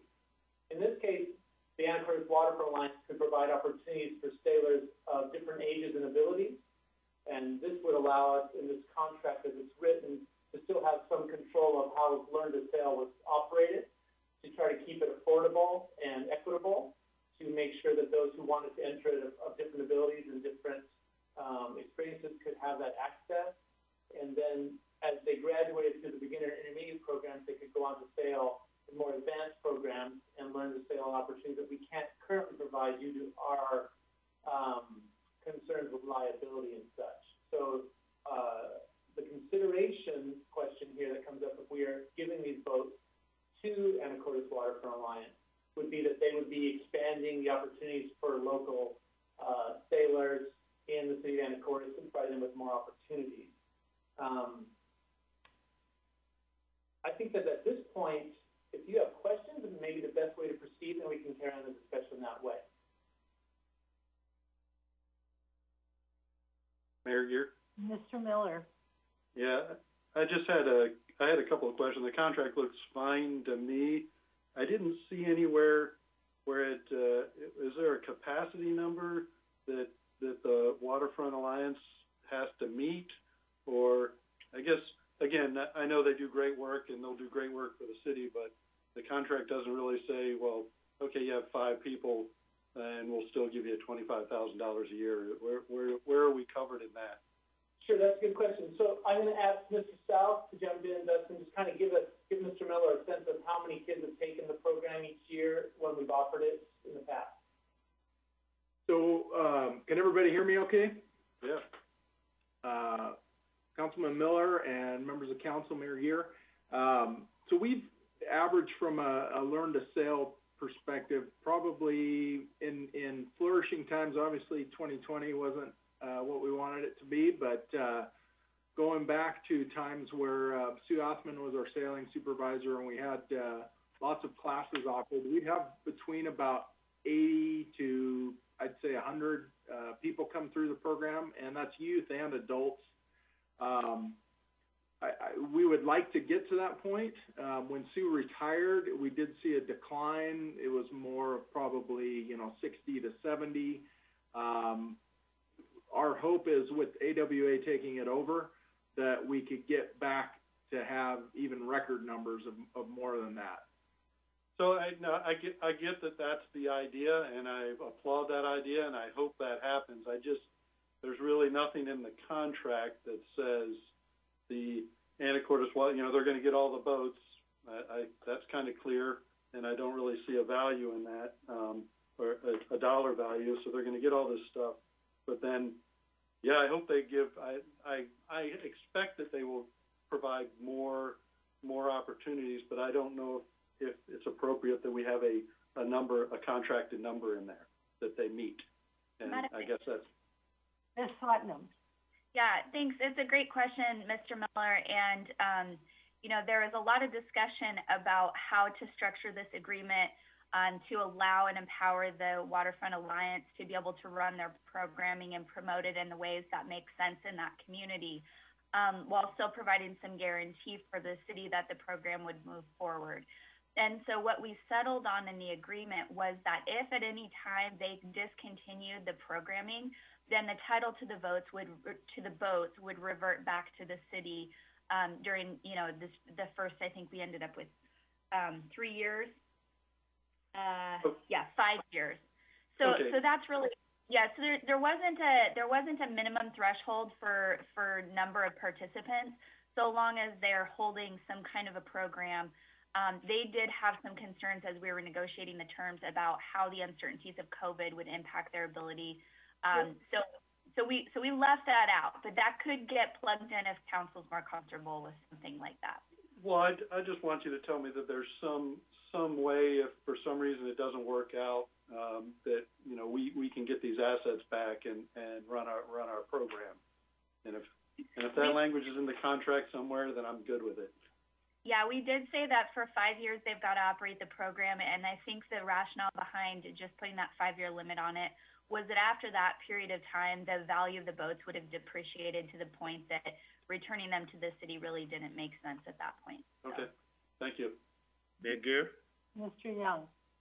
Just to push a little bit with Mr. Miller's point, I totally agree. I think that everything I've heard about the boat center and the workings have been superb and just very much what we want to do. I do think though that there should be goals set such that we have some understanding of what's taking place. And I know we may not want to put a number into the contract. I totally understand that. But I do think in any organization doing anything for the city, I think that there should be goals so that there are tangible measures of performance. I have no doubt that the boat center will exceed that short of COVID interfering, another COVID. But, I do think sometimes goals are important because it still brings in the emphasis that we want to make sure and be able to show the public that their money is being used wisely, doing the very thing that we want it to do and should be doing for the city. So that would be my only concern. Everything else I'm very happy about. Okay. It is open for public comment. Is there anybody in the audience who would like to speak to this tonight? Any comments? I don't see any hands up at the moment. Okay, so it looks like no one wants to comment. So I will take it back. Here? Yes. Sorry. Ms. Moulton, I'll take it back to the council. Or who's speaking? It's me, Ms. Moulton. Oh, it is. Okay, go ahead. Okay. Sorry, my internet's a little spotty with the wind. But I really like the emphasis on accessibility and equality of access for our community. I think that's fantastic. When I look at the number of the costs of last year of 2019 versus the revenue, this still looks like a good deal for the city to me. It looks like we're going to be saving about $5,000 if we use 2019 as a benchmark there. So I just would like to say I think this looks great, and a lot of work has gone into it, and I have great faith in the Waterfront Alliance. And maybe at some point it would be appropriate to have a little update to the council of what's happened over the season. I'd really like to hear that too, because I think it's going to be good and great information. So my feeling is that I support this, but other council members might want to weigh in before I make a motion. Second. Okay.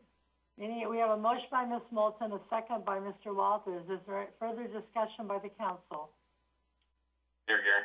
Mr. Walters. I think the only point I would make is that there is some minimum amount of money probably required to operate the programs. So I think it makes sense as a flat fee for that reason. But there is also the city's right to terminate the agreement at any time. And I think that hopefully mitigates some of the other concerns, which I think, are legitimate in any kind of agreement like this. Okay, thank you. Anything else? Ms. Hunt, would you take the vote? Mr. Young? Yes. Mr. Walters? Yes. Ms. Cleland McGrath? Yes. Ms. Moulton? Yes. Mr. McDougall? Yes. Mr. Miller? Yes. Mr. Carter? Yes. Motion carries. Thank you. The next item is item 6B, contract award for storage spaces direct solution, ready nodes number 20-214-11S-001. This is an action item. Ms. Hsu. Good evening, Mayor and Council and members of the audience. Mr. Cervantes is also on the line tonight, and we are going to be going through a presentation about our desire to request the City Council to issue a purchase order to allow us to update our infrastructure. So let me go ahead and pull that presentation up.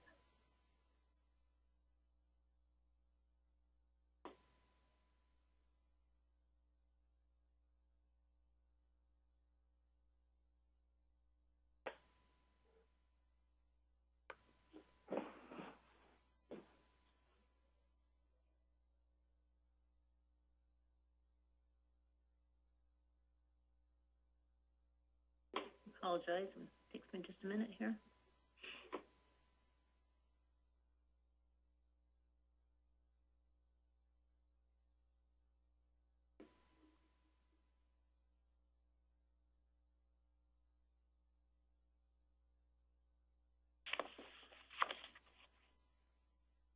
So our proposal tonight is to give you an update on our server infrastructure refresh project, which is looking at both the hyper-converged infrastructure and a block hour project. So this presentation we initially discussed with the IT Council Committee.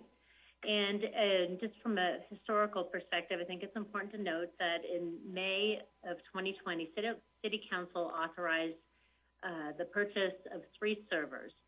The servers were not actually procured, And city staff spent some additional time reviewing that proposal with the Davenport group. With some additional review, we felt that the approach that we were taking was not the best approach for us to meet the long-term needs of the city. And so we took the time to go through and just reevaluate with them. The city currently has an aging infrastructure, and we are trying to put the new infrastructure in place that utilizes the most current technologies and will keep us moving forward for many, many years to go forward. We currently have a 2-node cluster in a traditional server format with STAN architecture using a Hyper-V format. In order to move forward with this, there are actually 2 contracts that are necessary. One is for small tools and equipment, and the other is under professional services. So we'll be breaking it down and talking about the 2 portions that will make up the contracts. That it was important for us to first look at what the financial impacts are. So for the Dell S2D ready nodes and networking, the cost is $140,000, $140,350, $350.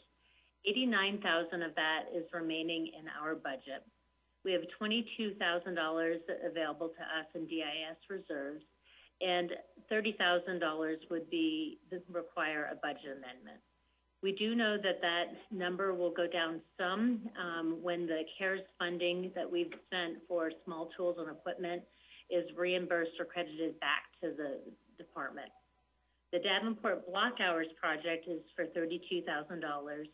A third of that would be paid by the water utility, and 2/3 would come from the general fund, requiring a $21,000 budget amendment.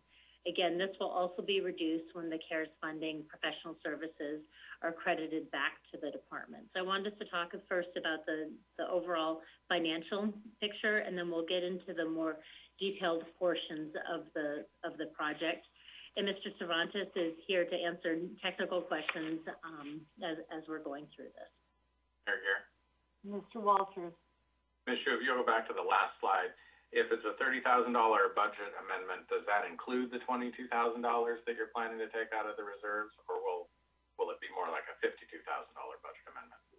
So the total amount would be about $51,000, $30,000 for the ready nodes and the networking, and $21,000 for the engineering block hours project.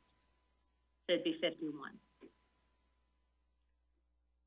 All right. I am less clear. No, let's back up to the first bullet up above. You have a $22,000 amount in the Department of Information Systems reserves. Yes.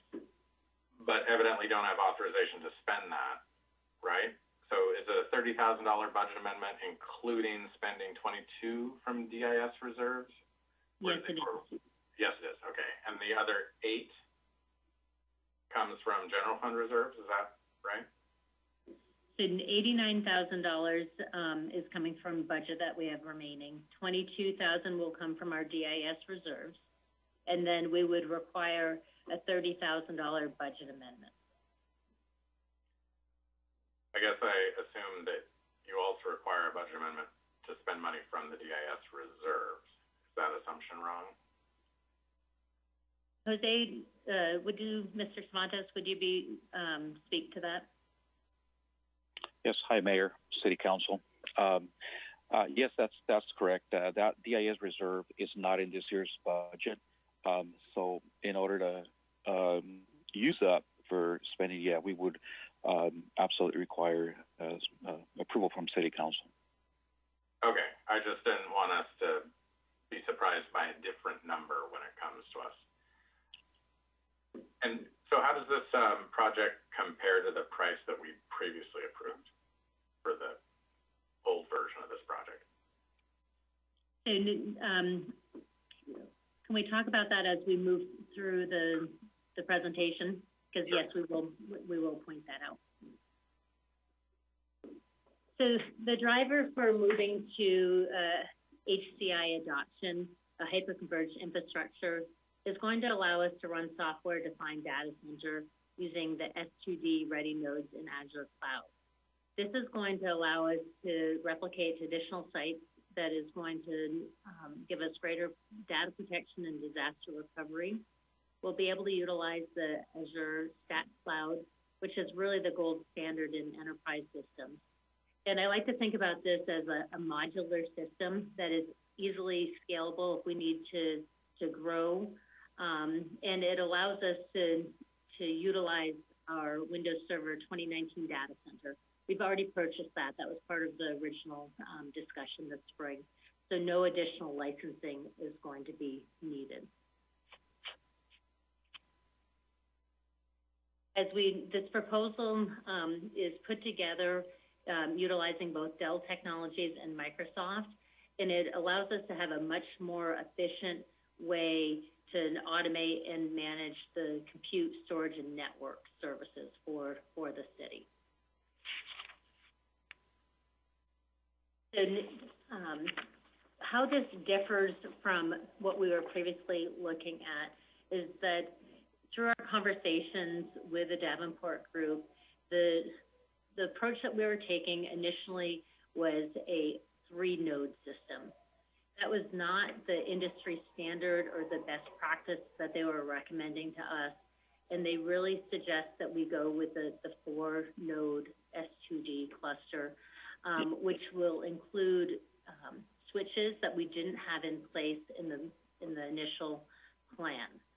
So the life cycle on these servers are 7 to 8 years, and in working with Davenport Group, they are going to do the build, the configuration, and the deployment of these servers, and then they will be able to provide all of the business support that comes with it because we're following the best practices that they have put in place. What we were looking at previously was for 3 servers, and this is moving to a 4th node or a 4th server. So that is part of the additional cost that we're looking at. The additionally, we are utilizing the Davenport Group to help put everything in place where we were going to try and build that all in-house.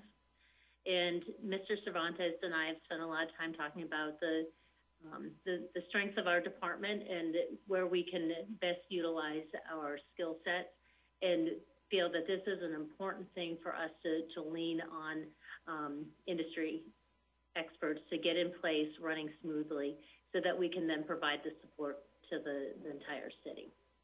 So that is why there is an increased price. We're adding the switches, we're adding an additional server, and with it, we are also getting the support services that go along with it.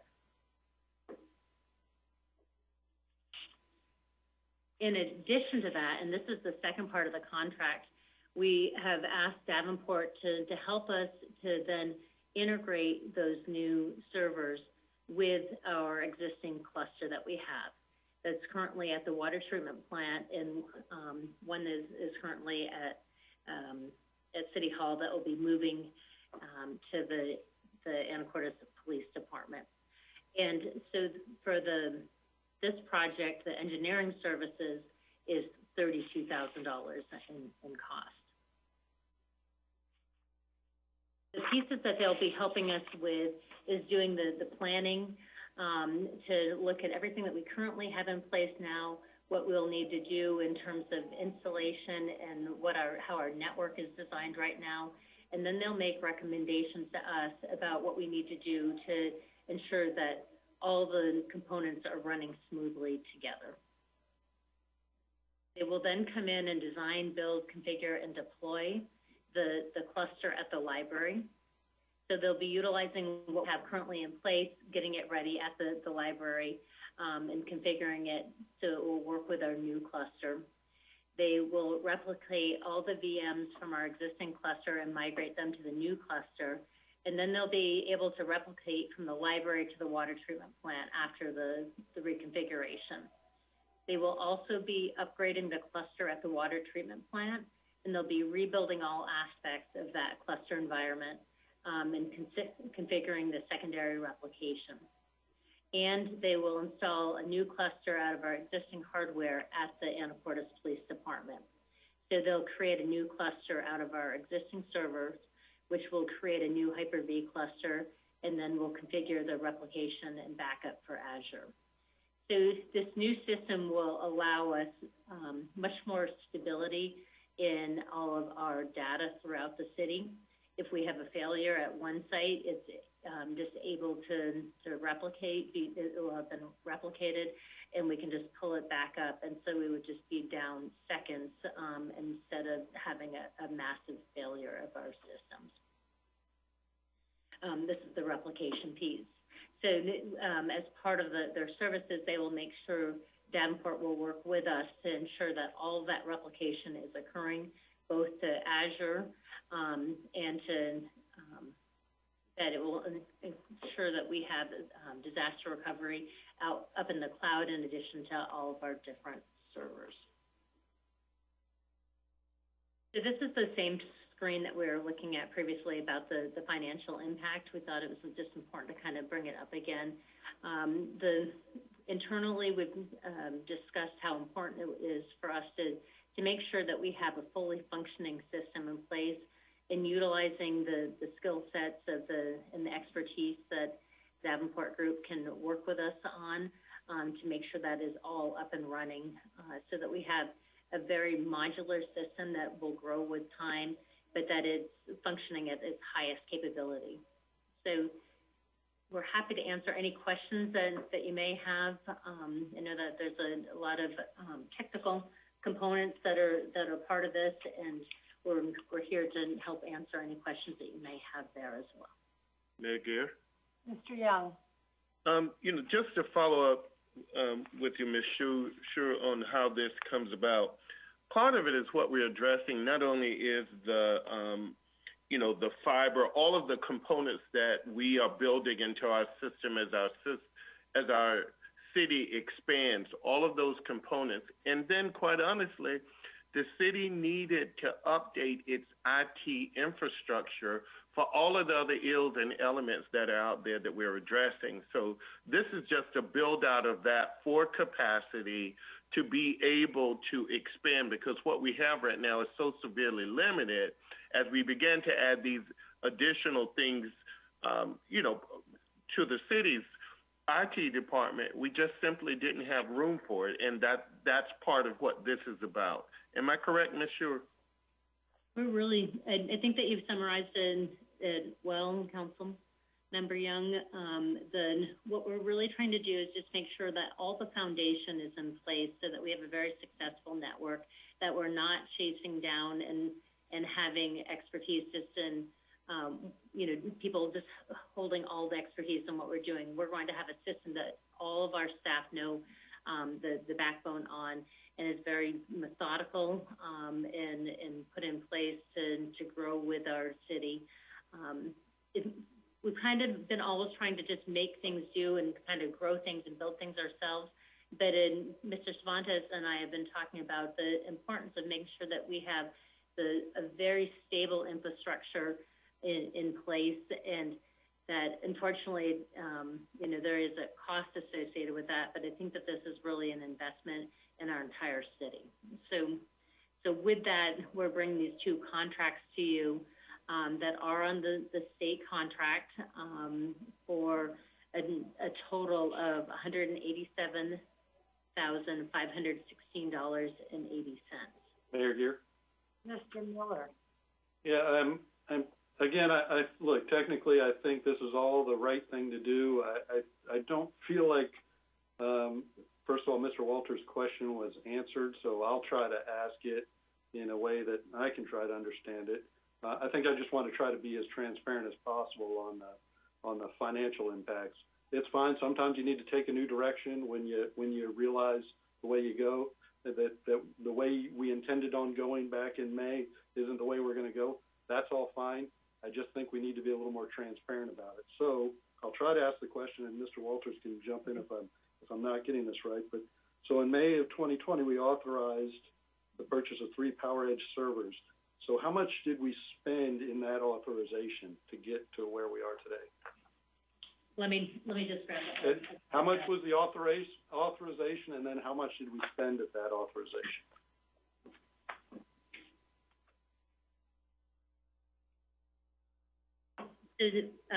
We did 2 separate. Sorry, this is.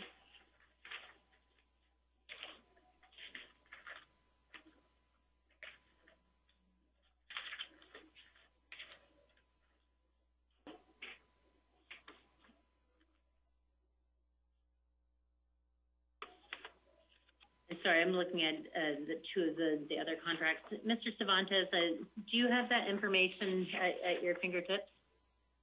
I don't have it with me, but I can say that out of the those, well, there were 3 contracts. We had a contract with Davenport Group for the 3-node cluster, and those servers were not procured. We did have an SHI contract for the licensing, basically the operating system, which we did purchase, and we have, and will be utilized for this server project. The other money that we spent was for hard drives and some controllers, and that's also, those parts are going to be utilized to bring up the water treatment plant cluster and the repurposed servers at APD. So all of that was purchased is still going to be. No, and I figured all that out. I figured all that out. Just trying to get to the bottom of making it at least clear to somebody who's maybe listening to this for the first time. I'm not. I think we authorized about $180,000 in 2020. Is that even close? So this portion, the difference is, so then there was basically $24,000 that was authorized for the hard drives, and for the network adapters, another $8,000. So the difference is for the ready nodes and the networking, we had $89,000 that was initially set aside for the 3 servers. That has increased to 4 servers, and with the switches and the additional services that we're utilizing for building that network. So the difference is $52,000 for the hardware, and $32,000 to combine the systems that we currently have in place with the new ready nodes. Okay, no, that I think that clears it up a little bit for me. I just wanted to try to build on the history rather than just forget about how much we authorized and how much we spent back then. That okay, we're not doubling it. We're adding a significant amount, and that's what you explained. But it's kind of unclear in the background. I'm trying to clear it up in case somebody's watching this for the first time. Mayor Gear? Ms. Moulton. I had also had a question about that Mr. Miller had, and it looked like I had seen it was something like the 3 servers, like Ms. Hsu said, was about $90,000 for those. And then so I'm just for further clarity too. So then it's an additional $52,000 for hardware and $32,000 for the block hours. That's correct. Okay, great. We do recognize that it's significantly more. We feel that there's value in the expertise in ensuring that we have a robust system in place with the 4 servers and the switches and the configuration so that it works with our current services that we have at the city, so that everything is functioning at the highest level. Thank you. Yeah, additional questions for Ms. Hsu? Do you have enough information tonight to decision? Mr. Walters. If we're taking $22,000 out of DIS reserves, is that money that is no longer needed because we are upgrading these servers, or is that money that is still needed and we're going to need to make up? And the reserves are built to help these types of to serve the information services fund, and all of the city will benefit through these changes. So yes, we will work to replenish those reserves. We always want to have reserves in place, but we think that this is a good use of those reserves because of the impact that it's going to have on our entire system for the city. And these servers have a lifespan of 8 years, I understand. So are we planning for their replacement, and how are we planning for them? Yes. So the way that it works is that every computer at the city is charged a node cost, and that is what helps to fund the IS department for its staff. But we also utilize that for helping to replenish our reserves because we know that everything within the department has a lifespan that we need to be able to replace. And this time we're taking general fund dollars to make that happen. So do we have a system where we will use future costs to generate the expectation for how much nodes need to pay into the system? Or are we getting to the place where we have that? It seems to me we need to be using those replacement costs at their future values. And I don't know exactly why we didn't do it here. Maybe it's because we're going to a completely different type of approach. But ultimately, these things need to be funding themselves, including their replacement. Point well taken, and that's, yes, that is a part of our planning from an IT and IS perspective. Mayor Gear? Mr. Miller. It almost sounds like a suggestion for an ER&R type fund for these shared nodes, because typically the departments are funding their own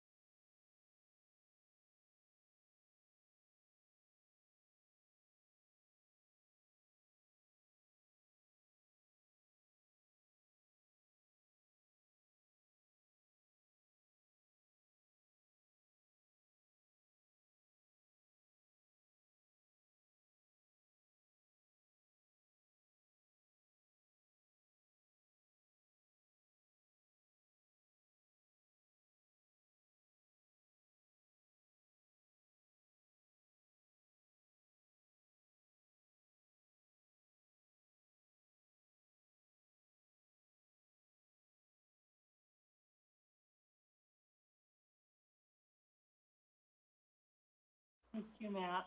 Thank you. All right, where were we? Any other questions from Ms. Shu? Okay. So, council, what would you like to do with this evening? Mayor Gear, Mr. Young? I move that City Council authorize the mayor to sign a purchase order, 20-214 ITS-001 with Davenport Group in the amount of $187,516.80 for the purchase of storage spaces, direct solutions, ready nodes, and engineering block hours. Second. We have a motion by Mr. Young, a second by Mr. McDougall. Is there any other discussion? Ms. Hunt, would you take the vote? Mr. Walters? Yes. Ms. Cleland McGrath? Yes. Ms. Moulton? Yes. Mr. McDougall? Yes. Mr. Miller? Yes. Mr. Carter? Yes. Mr. Young? Yes. Motion carries. Thank you. All right, we're moving on now to item 6C. This is a contract award for a hydrothermal processing of wastewater bioswales, number 20-217 SEW-001. This is a discussion with a possible action. I might suggest if this ends up being we need a longer discussion tonight, then in a few minutes that we move that forward to next week, because we have a large item on the agenda. But with that being said, Mr. Buckemeyer, are you here to introduce that? Or Becky? I am, Mayor. Can you hear me? Yes, go ahead. Okay. Yep. Yeah. So real briefly, the city staff is seeking council authorization to award a contract in the amount of $274,360 to Brown and Caldwell to prepare an engineering report and conduct a feasibility study for the High Powers hydrothermal processing system. And I've got Becky Fox, our wastewater plant manager, here with me too. If the questions get too technical or I can't answer them. But as council is aware, in July of 2020, the city signed a letter of intent with High Powers LLC to explore the acquisition and integration of the GenaFuel High Powers system into our wastewater plant. Real briefly, or at a high level, the High Powers system converts municipal sludge into a biological crude oil, renewable biogas, and ash through a hydrothermal liquefaction process. This engineering report and feasibility study will take a detailed look at that system and compare it to the continued operation of our existing incinerator. This is really the report that is going to help us decide if this is the way we want to go or not. If this is the system we think it is. The contract's on a time and materials basis, not to exceed $274,360. We're giving this till the end of next year, December 2021. For those that aren't aware, maybe listening, but the council is, the city currently owns and operates a fluidized bed incinerator that is somewhat costly to operate and is maintenance intensive. And it's had recent issues with source testing and different materials breaking down inside of it. So the continued operation and maintenance of this fluidized bed incinerator is really the baseline assumption. And what this company is going to do is take past maintenance costs, identify future costs, and give us a comparison. The other thing that this is going to do is we have applied for funding through the Department of Ecology, and the Department of Ecology requires a little bit more information than just a feasibility study. So that's why we've added the engineering report element to this. So they're going to do a little bit deeper dive into some planning requirements that because we will be making, you know, substantial changes to the facility, and that'll help us qualify for the Department of Ecology funding. I know Councilmember Moulton had some detailed questions, and I appreciate the heads up about those. I think Becky and Councilmember Moulton exchanged emails today, so I'm not sure if those questions got answered enough, but this would be a time to dive into those if you want to.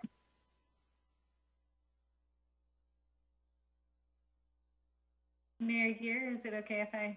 Yeah, go ahead, Ms. Moulton. Pop in? Thanks, Mr. Buckenmeyer, and thank you, Ms. Fox, for your email correspondence with me. My two questions were related to, one, the high ammonia concentration side stream that will be produced from the new system should we choose to go forward with that. And Ms. Fox informed me that the incinerator already produces high ammonia concentration side stream. So my concern was what is going to happen to that load.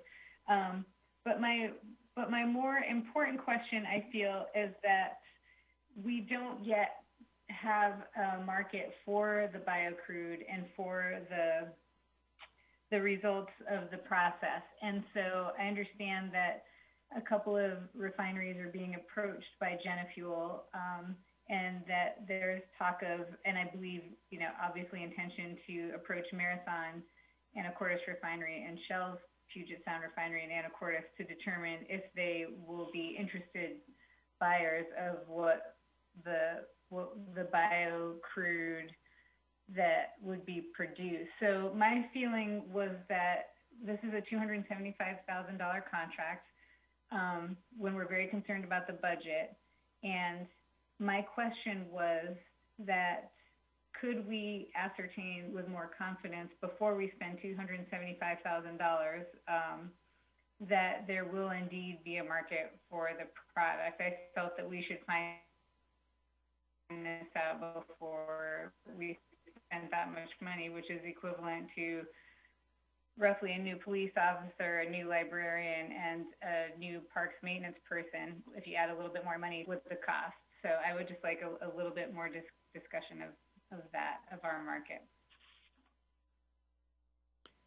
Yes, thank you. And Becky, I know you had some further information on that, and maybe you could share that at this time if you're still there. And I'll talk a little bit about the budgeting part of where the dollars for this come from.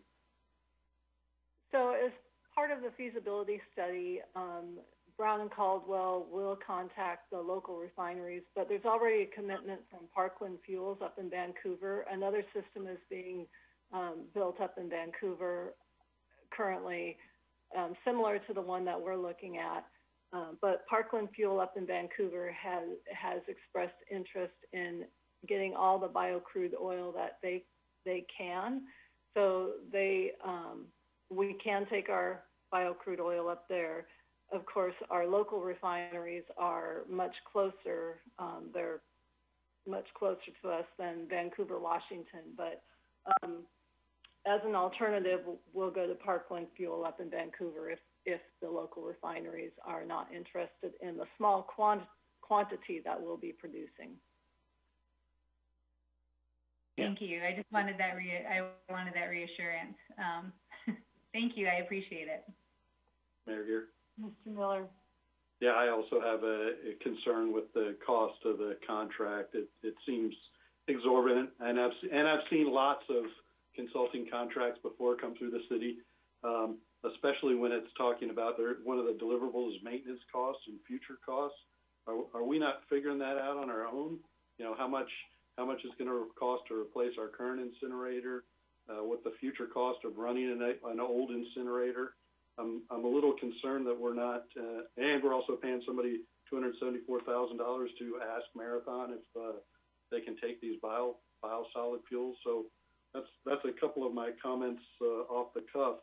And it seems like once you go down a road where you're spending $274,000 to consult on this, you're going down the road to replace it with this product. And I don't ever like to be the first on new technology.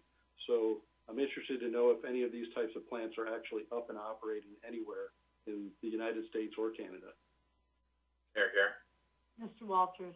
I want to second those comments. I accept that we need to replace the incinerator, but I thought that we were asking for some analysis of what the ideal replacement for the incinerator was. And actually, I bet if we went back and looked at the transcript of the meeting where we talked about this, I might have used precisely those words. But this study doesn't do that. This study only looks at this option. It doesn't look at any other options. So I don't think that this is the best use of our $275,000. Although, as Mr. Buckenmeyer might tell us, that money isn't available for spending on other general fund staff because it's restricted to the utilities. But it's still a cost to the sewer utility. So I was hoping that we would have some kind of analysis from a third party evaluating perhaps this proposed alternative, but also evaluating the other possible alternatives. I'm not a sewer expert, and I don't feel like I need to be, but I do want to have some independent analysis looking at all the alternatives. Mayor Gear, that's also what I had asked for at that meeting as well, is not an analysis of alternatives. Okay, based on what I'm hearing, I think we need to move this forward to another night, maybe a little different discussion, and not totally taking this off the table for now, but you definitely will need more information. So, Mr. Buckenmeyer, can we move this out to another night? Yes, and I'm absolutely. And you know what? I think I apologize for missing the mark on this. So let's have these guys put together another proposal that. Okay. So you'll bring something back to the council to look at. That does include, right. alternatives. Okay. What else? Detailed look on what that would be the long-term cost, or maybe a month in to go back to work and give us another scope. Okay. Gear? Mr. Young. Yes, Mr. Buckenmeyer, while you're doing that, would you also just, in the proposal, I'd love to see how we will cover the cost associated with it, whether that we believe that we may get funding from some other sources. I think if we have that with that, it makes also clear a path forward, whether it's this or something else. Thank you. Yeah, absolutely. Thank you. Thank you. All right, so we're going to move on now to item 6D. This is a continued closed record decision hearing, LPS-2020-001. It's for the Crossings Cottages preliminary plat and site plan. This is an action item. Only parties of record may comment tonight, and I'll let Ms. Grage open up the discussion for us. Welcome, Ms. Grage. Well, thank you, Mayor Gear, and good evening, everyone. I'm just going to share my screen really quickly.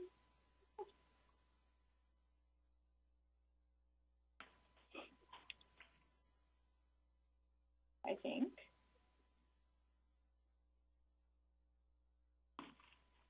Sorry about that. Fine. There we go.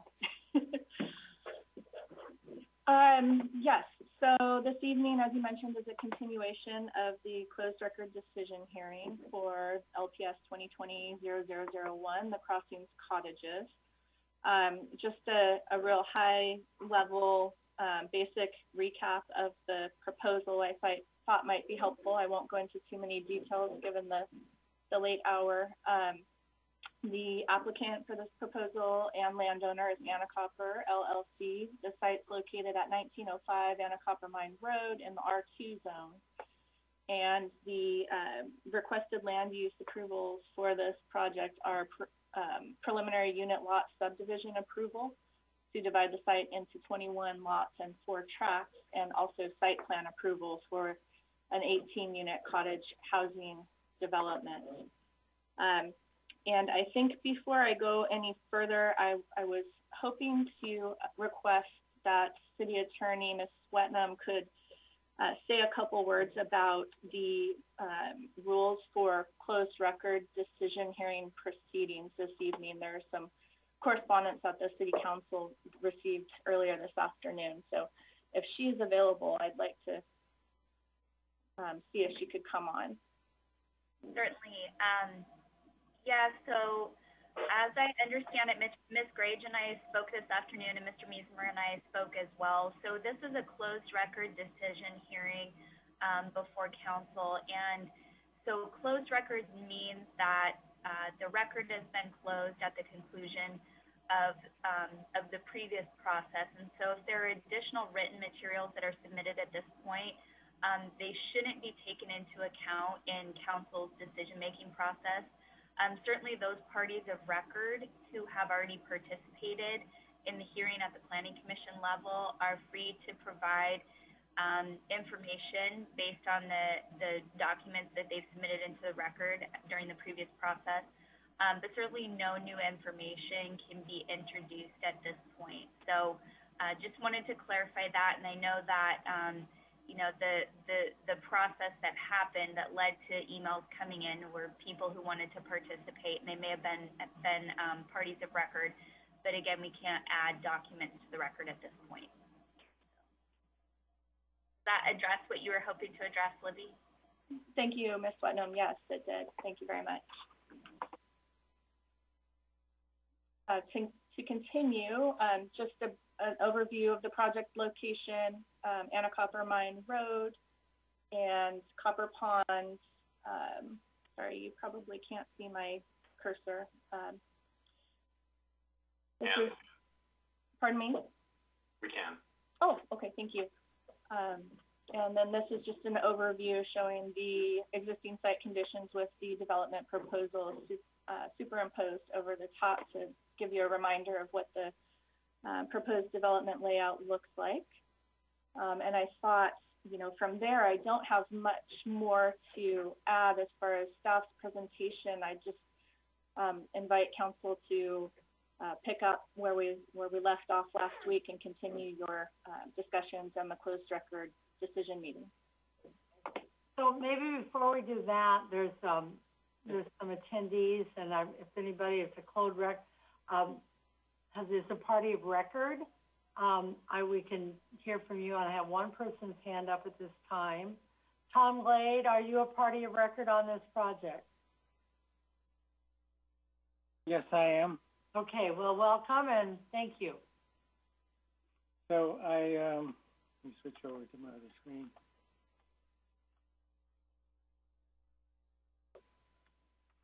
So I did submit some information today, and it was a conglomeration of previous comments that I've made, and maybe either one of the things that was questionable that I included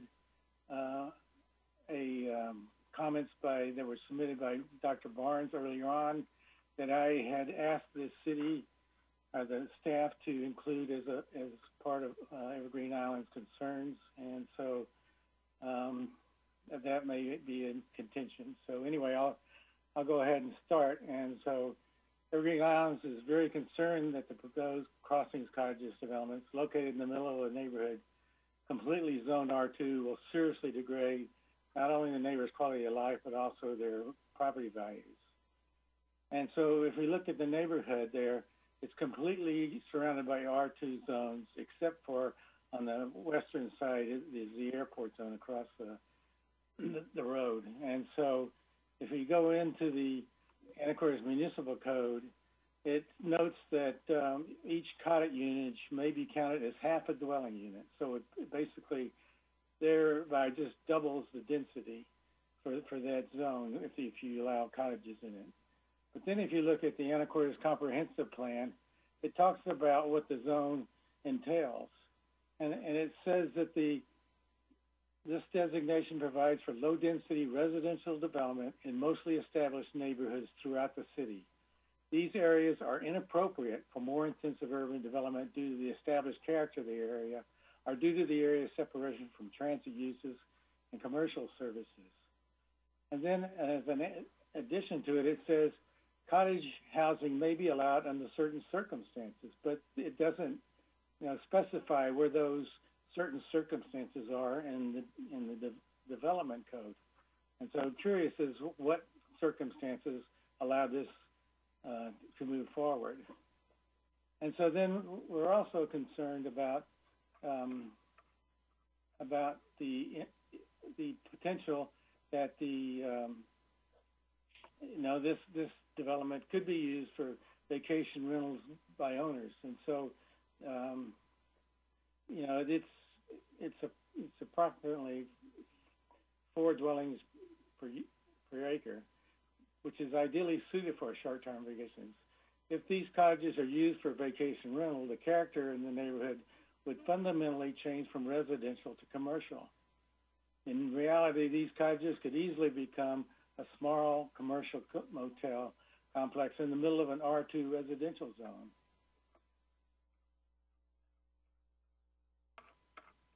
I'll get it back up here too.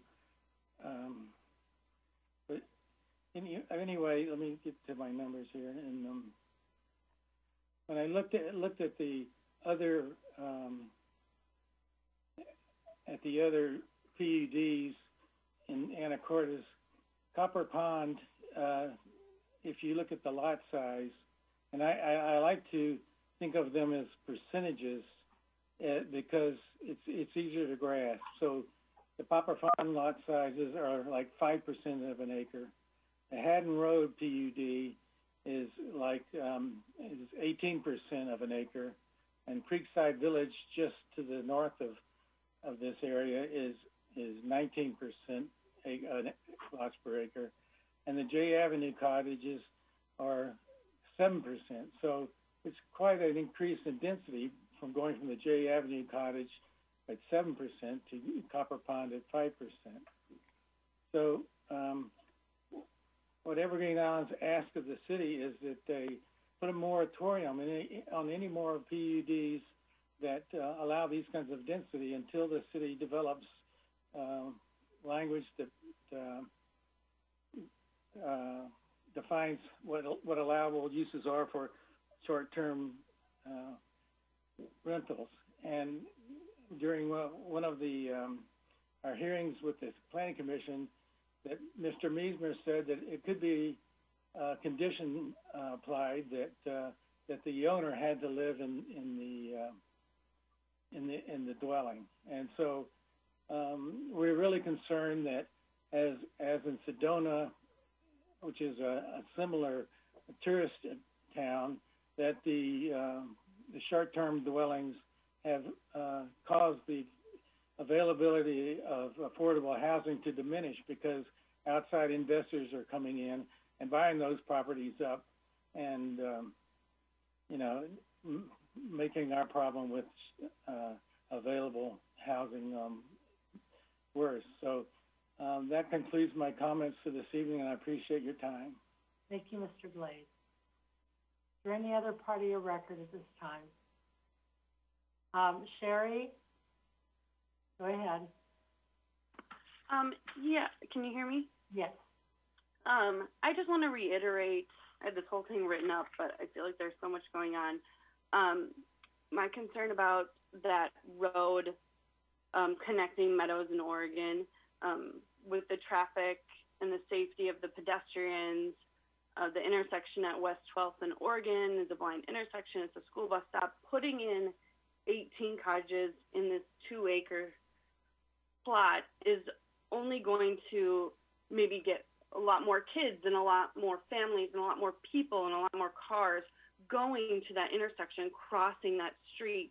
And I have 2 young children, and I cross that street every single day to go to my mailbox and West 12th and go to the bus stop with them. And it is so dangerous. And I believe that this road, this connecting road, if it does connect, I believe it should stay low density. And I think 18 cottages, I mean, it was an estimated 140 in and out trips from this neighborhood onto this property, and the shortcut would be up Oregon Avenue.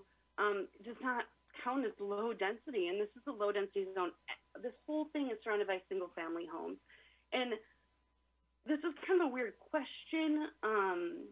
I know the property owner of that property east of Oregon Avenue, and I know some other new information. I know that this probably can't, I don't know if I can talk about it because it's new information. Not, I know, and so I'm like, I don't think all the facts are in about how a lot of these properties were acquired and the public right of way that the city owns, how it was acquired. And I personally believe that there should be bollards if this road is connected on that south end of Meadows and for access for the 3 single-family homes to access this Oregon Avenue, but I believe that the rest of this facility should have to go through. I mean, ideally, we all, I think, wish that there wasn't this wetland here and the entrance to it could be from Anacortes Road. It would just be ideal. I'm just very concerned about pedestrian and traffic in our little area that's quiet and safe, and it's going to affect everybody in all of these neighborhoods. Thank you, Sherry. Mm-hmm. Are there any other comments from party of record? Okay, Susan, and then Carol.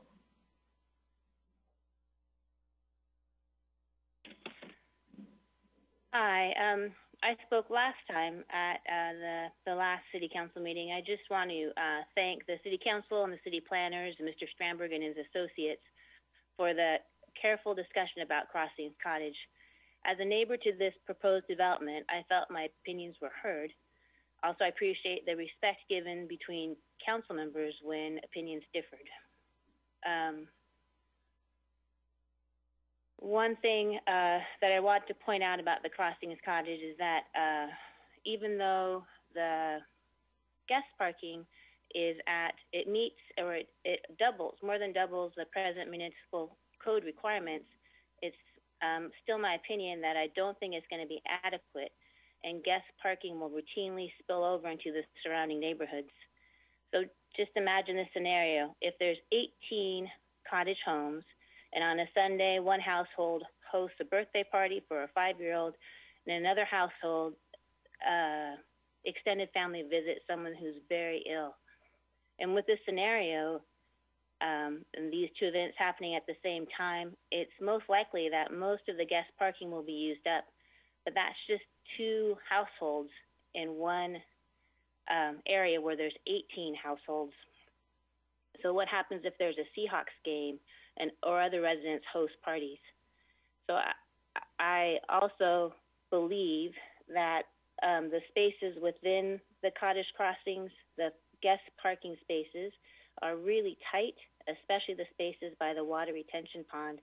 And it's very likely that the visitors driving large vehicles or other drivers who are uncomfortable backing in and out of really tight spaces will opt for street parking in the cottage crossings, but also outside in the surrounding neighborhoods. And the surrounding neighborhoods are not built for the traffic that Sherry was talking about, and they're not built for absorbing additional guest parking.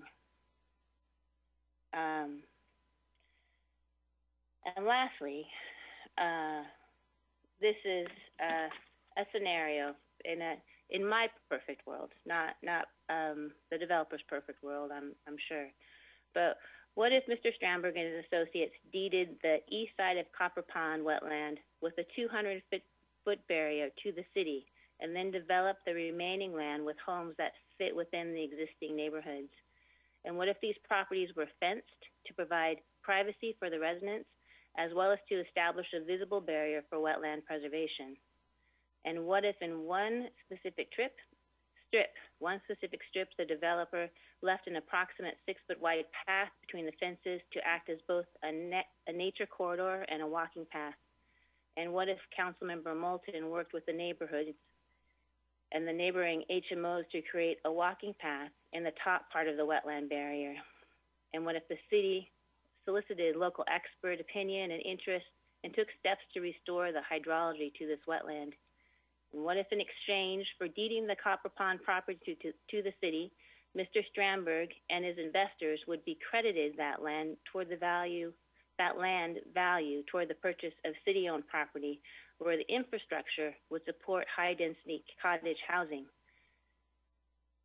And what if Nell Strandberg added another title to his long list of accomplishments?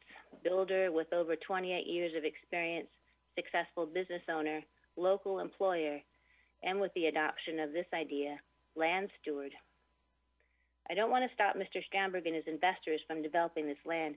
I know that is not my right, but I wanted to voice my opinions the first time I've ever done so in such a forum, in an effort to ensure this development has long-term compatibility for the involved natural resources and the surrounding neighborhoods. Thank you. Thank you, Susan. Carol Bordine. Hi, I'm Carol Borden. Thank you for allowing me to comment this evening in continuance of last week. First of all, I'd like to take a moment to contemplate what this area may have looked like many, many years ago. It must have been paradise, this island, Fidalgo Island. I'm not from this area. I came here from Olympia, and from there I was in Northern California raising almonds. So first of all, it must have been paradise, this island. I can only imagine what Copper Pond Wetland looked like from the beginning before all the development was laid down through it, around it, and now proposed to be right on top of it. This specific wetland stretched across the runway east to west of the airport and beyond. An airport runway was laid down on it, a major road cut through it, as well as other various roads, homes built around it, detention ponds holding its rightful water, and a stream diverted from it. I'd like to see the previous permits that were issued for the development of Anacopper Mine Road and the airport. There must have been HPAs and nationwide permits for these developments. I provided my comments earlier today to Libby Grage before 3 o'clock to share with you tonight, so I won't repeat what's been sent. I hope you review my written comments and seriously consider them in the process of your decision-making going forward. I know that many people have found out about Anacortes and come here to visit it and the other islands. It's one of the most tourist-sought places in the world. Many people want to live here. I know I wanted to go and I enjoyed the of this unique area. We have an amazing forest, lakes, the Salish Sea, mountains, and beautiful wildlife and wetlands. We have the endangered southern resident orcas who have had several calves this year, and I'm so happy for that. They do need salmon to thrive and survive, however. And one of our orcas, Tokate Lolita Scully Choctaw, is still imprisoned at Miami Sea Aquarium. She's been there 50 years now, and her mother, Ocean Sun, and her family, El Pod, is still alive and awaiting her return. I hope the Lummi tribe and the Earth Law Center and we that live here on the Salish Sea, from sea to sea, Washington to Florida, 3,400 miles away, are able to bring her home soon. It takes a village. It also takes a village to protect critical areas in our city and Fidalgo Island. If we destroy our critical areas, they will be gone forever. They will be gone. And I'm hoping and praying that this housing development will not be built in this small area of wetland and save the remaining encroached upon Copper Pond wetland. From the perspective of one who has conducted wetland delineations, reviewed and issued hundreds of permits in my career, I'm asking you to please consider putting this housing project in another part of town, not in a critical area such as Copper Pond wetland. This project would be so nice to see in an area that would help the residents reach the amenities much more easily and readily and much less complicated in developing within a critical area. So please take your time. There's certainly no reason to rush this permitting process along. Ensure that a wildlife survey assessment be completed to know what the priority habitat species are that live in this area. It is a priority habitat wetland from what I have read just recently from the airport plan. It's in my documented notes. Ensure that all the impacts are known with the development of that detention pond. Ensure that the density doesn't overwhelm our neighborhood. I think about preserving the large Doug fir trees that are greater than 24 to 40 foot in diameter, ensure that the traffic issues are addressed. And lastly, please understand that this is a locally significant wetland, a priority habitat wetland, one wetland that deserves to be protected. It is still one of the most beautiful areas and critical areas in our city and neighborhood. Please consider all the species of wildlife that use this wetland as their home. Please abandon this project in Copper Pond Wetland and place this in a more convenient area in the city of Anacortes that matches the neighborhood. Thank you so very, very much for hearing me tonight. Thank you. Okay, so all right, Sean Patrick, are you a part of your record?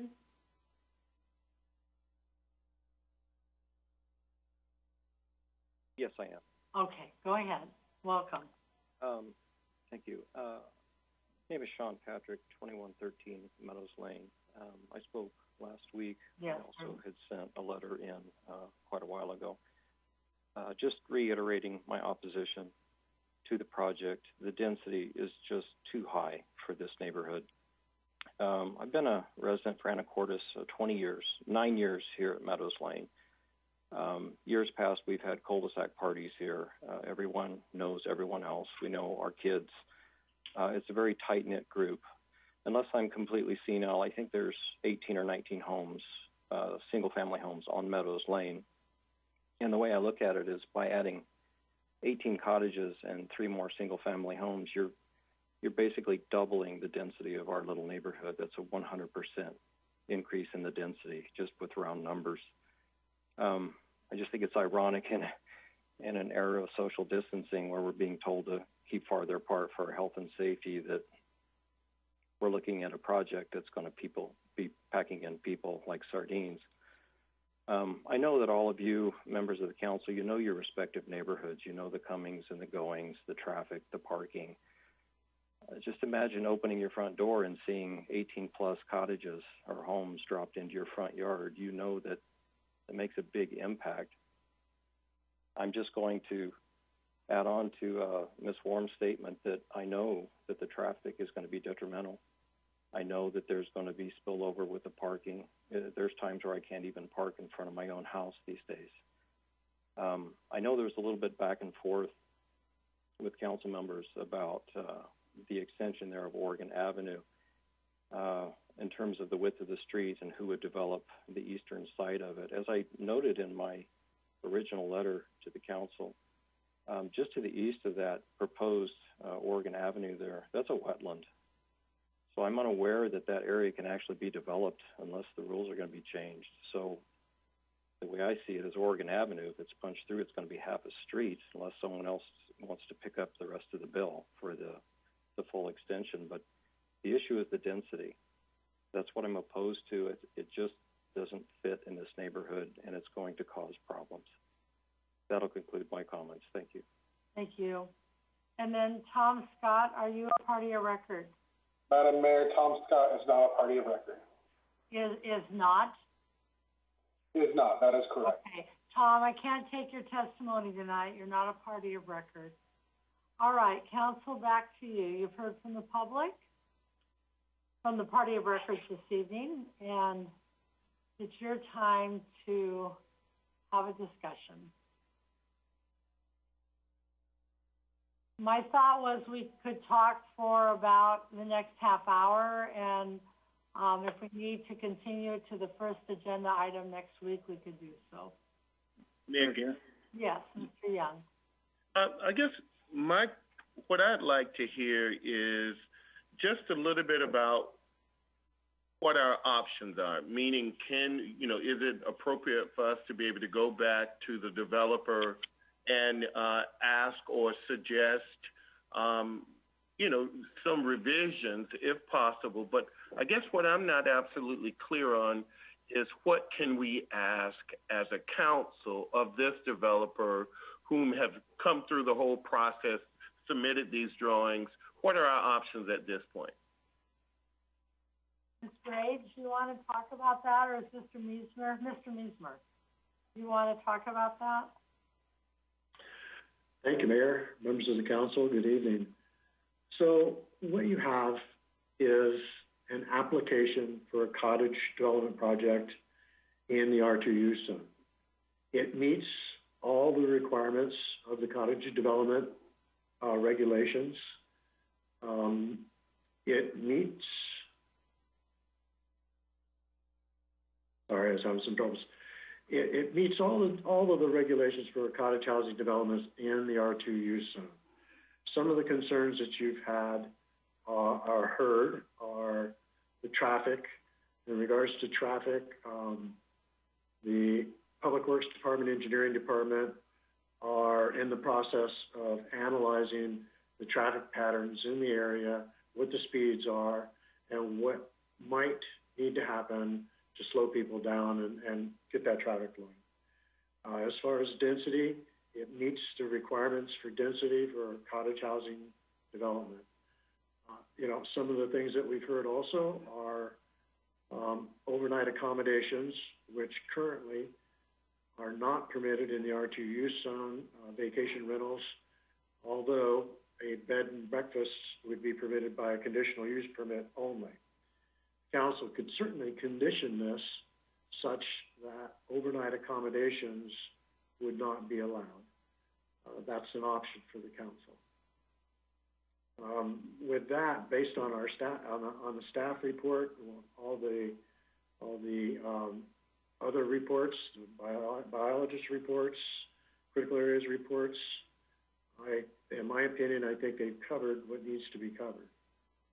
Just to make sure, I'm almost done. If you give me one more question, if it's okay, Matt.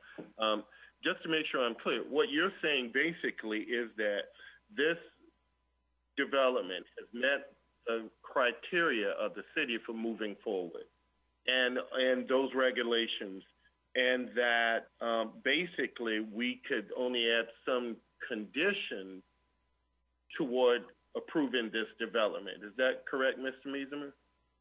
Partially, Mr. Young.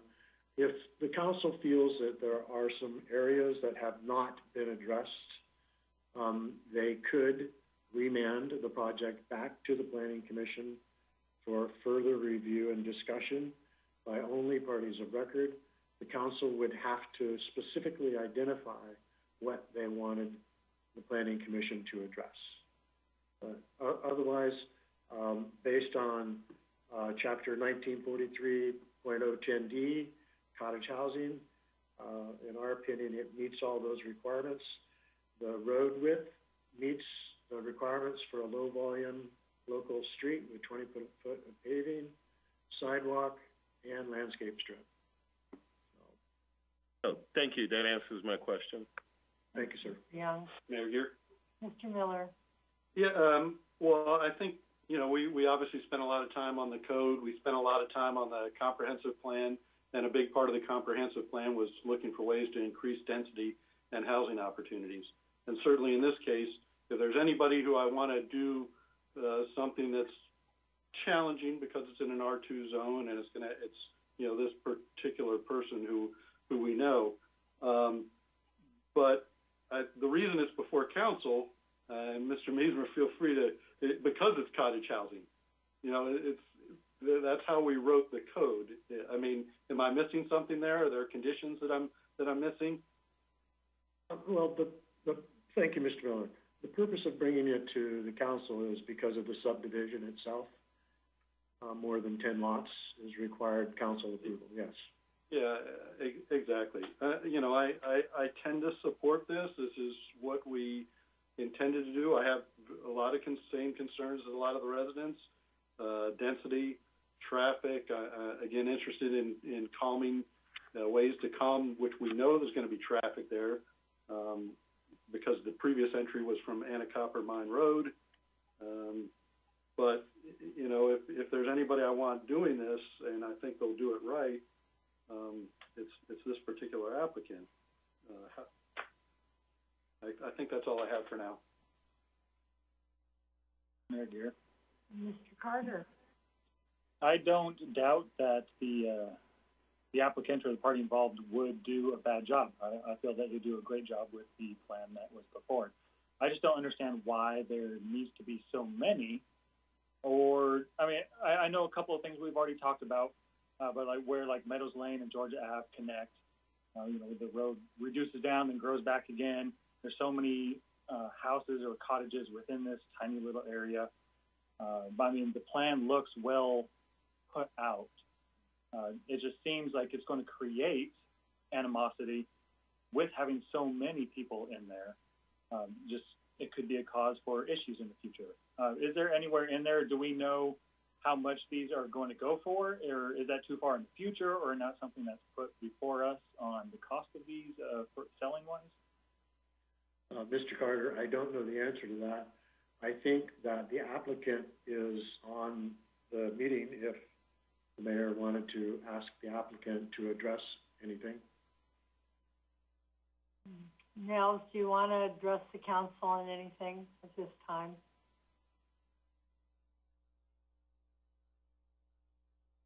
Go ahead. Your mic's not on yet, Nels. Mayor Gear, I've been asked that question a lot. It's this incredibly difficult question that I don't know the answer to. I can tell you one thing. We routinely, day in, day out, build $1 million houses for people, one after another. These will be nowhere near that. We think it's going to create probably the most affordable new housing option in Anacortes currently. And I definitely don't believe it's going to take down the value of anybody in Copper Pond or the surrounding neighborhoods. But I think all things equal, this will be kind of a new part of the market that I have not been able to service in the past. And I'm kind of excited about that. I've had a lot of interest, mostly, single people that still want to live in town and find Anacortes housing just too expensive. And I'm hoping that we'll be able to put out a product that can service those people. Okay. Mayor Gear. Mr. McDougall. Mr. Strandberg, really quickly, I forget if it said in the packet's huge, but ballpark square footage for each unit, are we talking about 1,000 square feet, 1,200 square feet? Yeah, Mr. McDougall, per the cottage housing code, the maximum livable square footage is 1,200 square feet with a maximum of a 300 square foot garage, which is a one-car garage. Thank you for that. And I haven't been in the real estate market lately, but I kind of have done a little bit of ballpark looking. It looks like we're at about $300 a square foot for home sales in recent months. Does that seem roughly accurate? I've heard that number. I've used that number. The reason that's such a difficult question is I can tell you just in the last few months, the price of lumber has literally doubled. Things are moving around fast for us.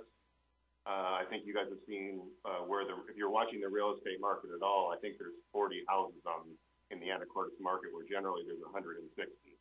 So things are moving fast. So I just don't want to give you an answer that I can't fulfill because a lot of those things are out of my control. Completely understand. So regardless, we're talking roughly 1,200 square foot units. I actually did a bit of an informal study of Redfin about a year and a half ago. They offer an interface where you can query it for data, and I queried it for data for all properties for over the last 36 months that had been built within the last 5 years, and the prices of those properties. And this is properties, I had it set for 2-bedroom and above. And basically, over the last 5 years, we had 47 properties built, and 0 of those properties had sold for under $300,000. One of those properties, i.e. 2%, had sold for between $300,000 and $400,000. 8 of those properties had sold for between $400,000 and $500,000, so that's 17%. The remaining 81% all sold for above $500K. So we have a real lack, and we have not been building affordable housing in recent years. So some data points for the council to consider. Thank you. Thank you, Mr. Strandberg. Tom, I see your hands up. Do you have anything new to add, Tom Glade?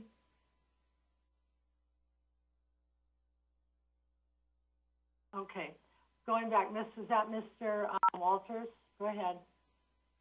I think Mr. Young's question is a good one, and that is maybe boiled down to really what is our role here? Some have made the argument that the development code, which we adopted, allowing cottage housing is not consistent with the comp plan, but we don't get to evaluate that kind of argument at the time of a permit application. We don't get to evaluate whether the number of units proposed is too dense or too many for the neighborhood. We are very restricted in what we can evaluate based on the code that's in place at the time that the permit is applied for. And that has to lead us to sometimes difficult answers, because when we adopted the development code, we weren't looking at every piece of property around town and evaluating how it would apply to every single one. And we ought to queue up problems that we find in the development code for later amendment, so that if we think that the development code is not correctly applied in some area, that we can change it so that that doesn't happen again. But state law doesn't allow us to change it midstream. We're required to apply it at the time that an application comes in and is evaluated to what the law is in place now. And that can be frustrating. We don't get to choose to put these projects in another part of town, even if we might like to. So our options here are limited to making sure that there's proper sidewalks, there's proper roadways, there's proper drainage, that the code has been followed with respect to the critical areas ordinance, that we craft conditions that ensure its consistency with the development code, that it meets the spirit of the development code. I haven't heard a lot of proposals in that vein. The closest, I think, is the question of the roadway. But as we explored in our last meeting, we don't have a full width right-of-way there in order to build the full width roadway. So I think that we could condition it to achieve some other standard, except that the right-of-way isn't available. So I don't see a lot of options other than for us to approve it at this time. And I think that if we have ideas for conditions that would improve it, we should get those out on the table. But otherwise, as Mr. Miesmer says, it meets the requirements of the code. So, and it appears to me that it fairly straightforwardly meets the requirements of the code, and that might be a negative on the ground, maybe for the neighborhood. But that doesn't give us an option to deny it, because we must evaluate it based on the code that's in place today. I do appreciate that there's no weirdnesses with this site plan. There's no weird little triangles forming weird-shaped lots because of inconsistencies in the development code. Like, the new development code that we've adopted is superior in that way.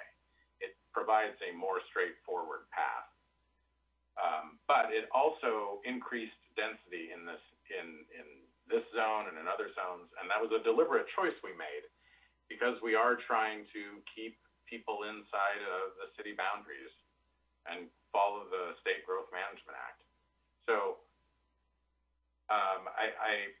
I definitely understand the concerns of the neighborhood that this is going to be, in some ways, more density. In some ways, it's the same number of units that exist to the east of it on a similar amount of land, if you include the wetland, which we're allowed to do. But we've already made that choice, and we have to follow the law as has been adopted. So I would ask people to suggest conditions that might make it better, or otherwise we should move to a motion to approve. Mayor Gear. Mr. Carter. I just wanted to thank Mr. Walters for that, kind of spelled it out clearly for me and answering some questions that I had, and that was well put together. Thank you.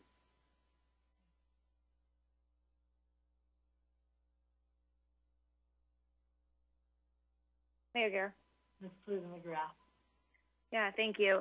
You know, expanding on what Mr. Walter said, now, I just want to clarify with Ms. Grange that there was a traffic study required for this project. Libby? And it, Thank you, Ms. Cleland McGrath. Yes, there was a traffic study required for the project. It identified a couple of different proposed mitigations to mitigate some of the impacts, but otherwise found that the proposal met traffic safety and concurrency requirements.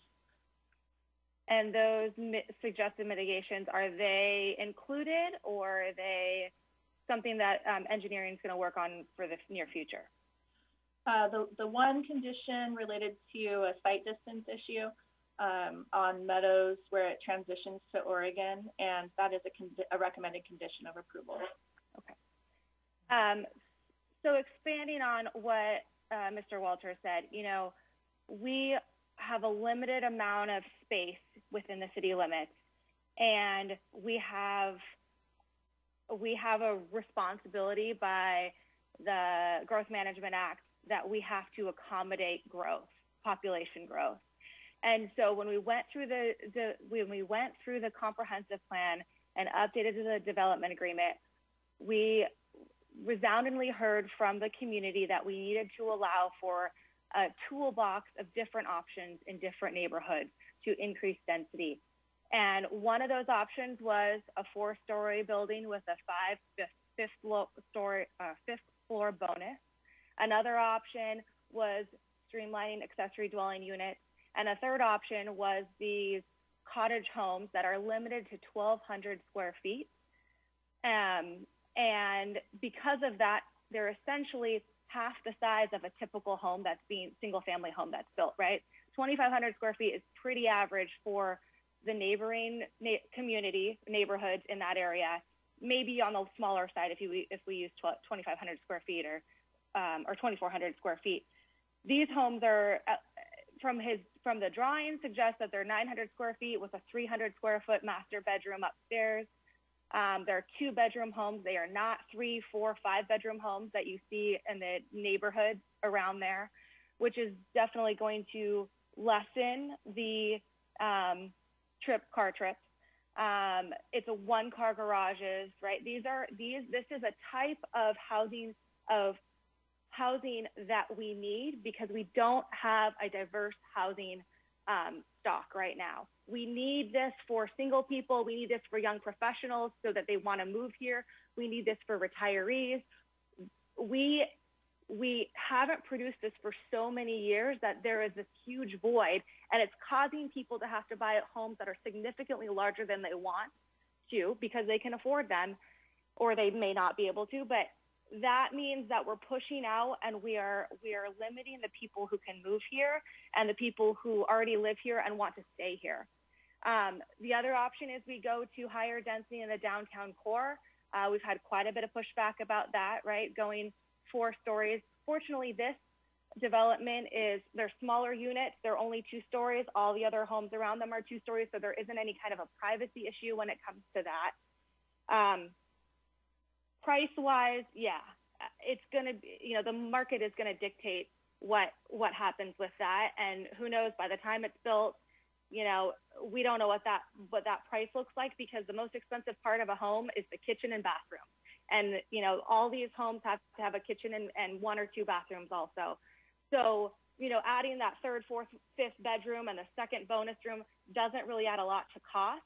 So we have to be cognizant of that. But these homes aren't going to get built unless the numbers work out. I'm pleased that, the critical areas are going to be protected.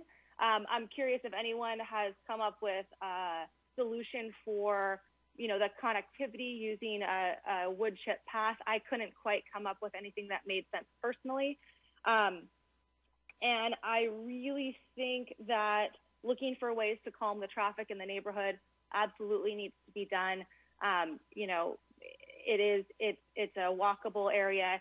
We need to make sure that, there's been kind of consistent growth over the years with different kind of cul-de-sacs being put in. Clearly, there needs to be somewhat of a master plan. And so I'm pleased that that's working. We're working with the city to figure that out so that we can address those issues. But I don't think that necessarily has a bearing on delaying this project specifically. This is a risk to take. We don't quite know if people want this type of home in Anacortes. I've heard of people wanting it, but if we don't try these new things and we don't create very clear, concise regulations that allow some developer to kind of look at a project, identify a property, figure out feasible projects, and then get through this process, we're not going to get anything more than $1 million homes on 7,500 square foot lots, and we're running out of them. So this is us trying to figure out how we become an inclusive community moving forward. And I think that unless there's some conditions, we should move forward with this project. Here. Mr. Walters. I think a lot of what Ms. Cleland McGrath said just now was very well spoken and very well taken. I also think a lot of it is not an argument for or against this particular development permit. It's for the code that we adopted, and which doesn't make it any less important. My point is that I want the public to be very clear that we're not allowed to take into account on the individual development permits these considerations of the fact that we need housing in town. If we had no need for housing in town, or if we had a ton of need for housing in town, we still need to evaluate this development permit based on the law. I do, though, want to also point out that we are working on revisions to the development code, including a new critical areas ordinance. And under the new critical areas ordinance, I'm hopeful that we will get rid of weirdnesses that treat certain wetlands as different buffer widths, except as might be required by development agreements with the port. But also, we will be increasing buffer widths in the new critical areas ordinance for some wetlands and some types. And I think that that will yield better protection for those wetlands. And so that is the appropriate place to channel our energies into achieving better environmental protections. I don't and have not heard of a pathway to improving the protection around this wetland that is consistent with the law as adopted already.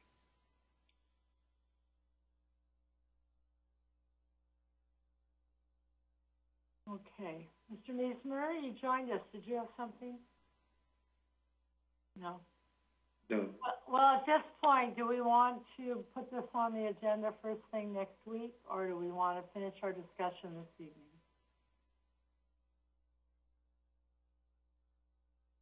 Mayor Gear, I feel like we are turning the corner on the discussion here. Okay. I don't hear a lot more. Okay. Ms. Moulton? Thank you. A lot of the concerns that I've heard, I share, and one of them is about traffic and traffic calming. And I still would prefer that we were allowed, or that we could make it a condition to make a public walking path through the buffer, and that would be a neighborhood connector. But as far as I know, we cannot. Mr. Meismer, is that true? Thank you, Ms. Moulton. So the council could develop a condition, though I would want to have a conversation with the applicant on that. It could create some real issues with the impacts to the buffer. The more people in the buffer, the more damage potentially caused by people not staying on the trail. The other is, what are the liability issues to the homeowners association with the public on a trail through there? Okay. Oftentimes, when there's a trail like that, it's in a native growth protection easement that's dedicated to the city, and the city takes care of it. In this case, it remains in the homeowners association hands. Okay.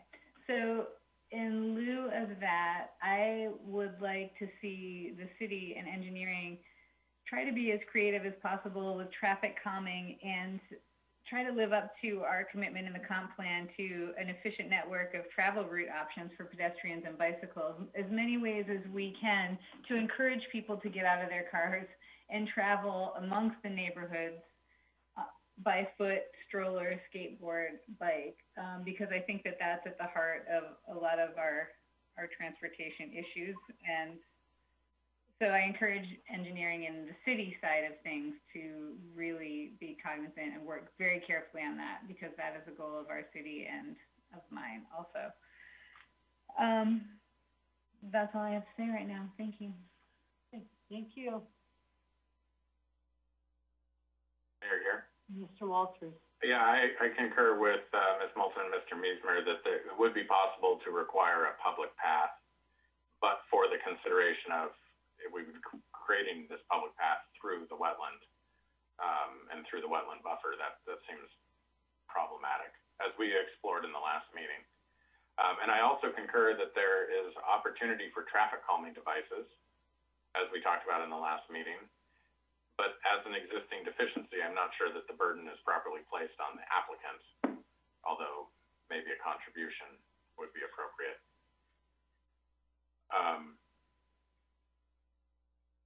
Otherwise, I would move approval of the plat as presented. Second. With the recommended conditions of the Planning Commission. So we have a motion by Mr. Walters, a second by Mr. Miller, for approval of the crossings, cottages, preliminary plat and site plan with the conditions that the Planning Commission placed on it. Is that the motion? Any other discussion? Ms. Hunt, would you call for the vote? Ms. Cleveland McGrath? Yes. Ms. Moulton? Yes. Mr. McDougall? Yes. Mr. Miller? Yes. Mr. Carter? Yes. Mr. Young? Yes. Mr. Walters? Yes. Motion carries. Thank you. Thank you, Council. Thank you, members of the audience and the public. One of our more lively, engaged meetings that we've had in a while. I appreciate you all being here tonight, and I appreciate the thoughtfulness of the Council tonight in your deliberations. At this time, the meeting is adjourned.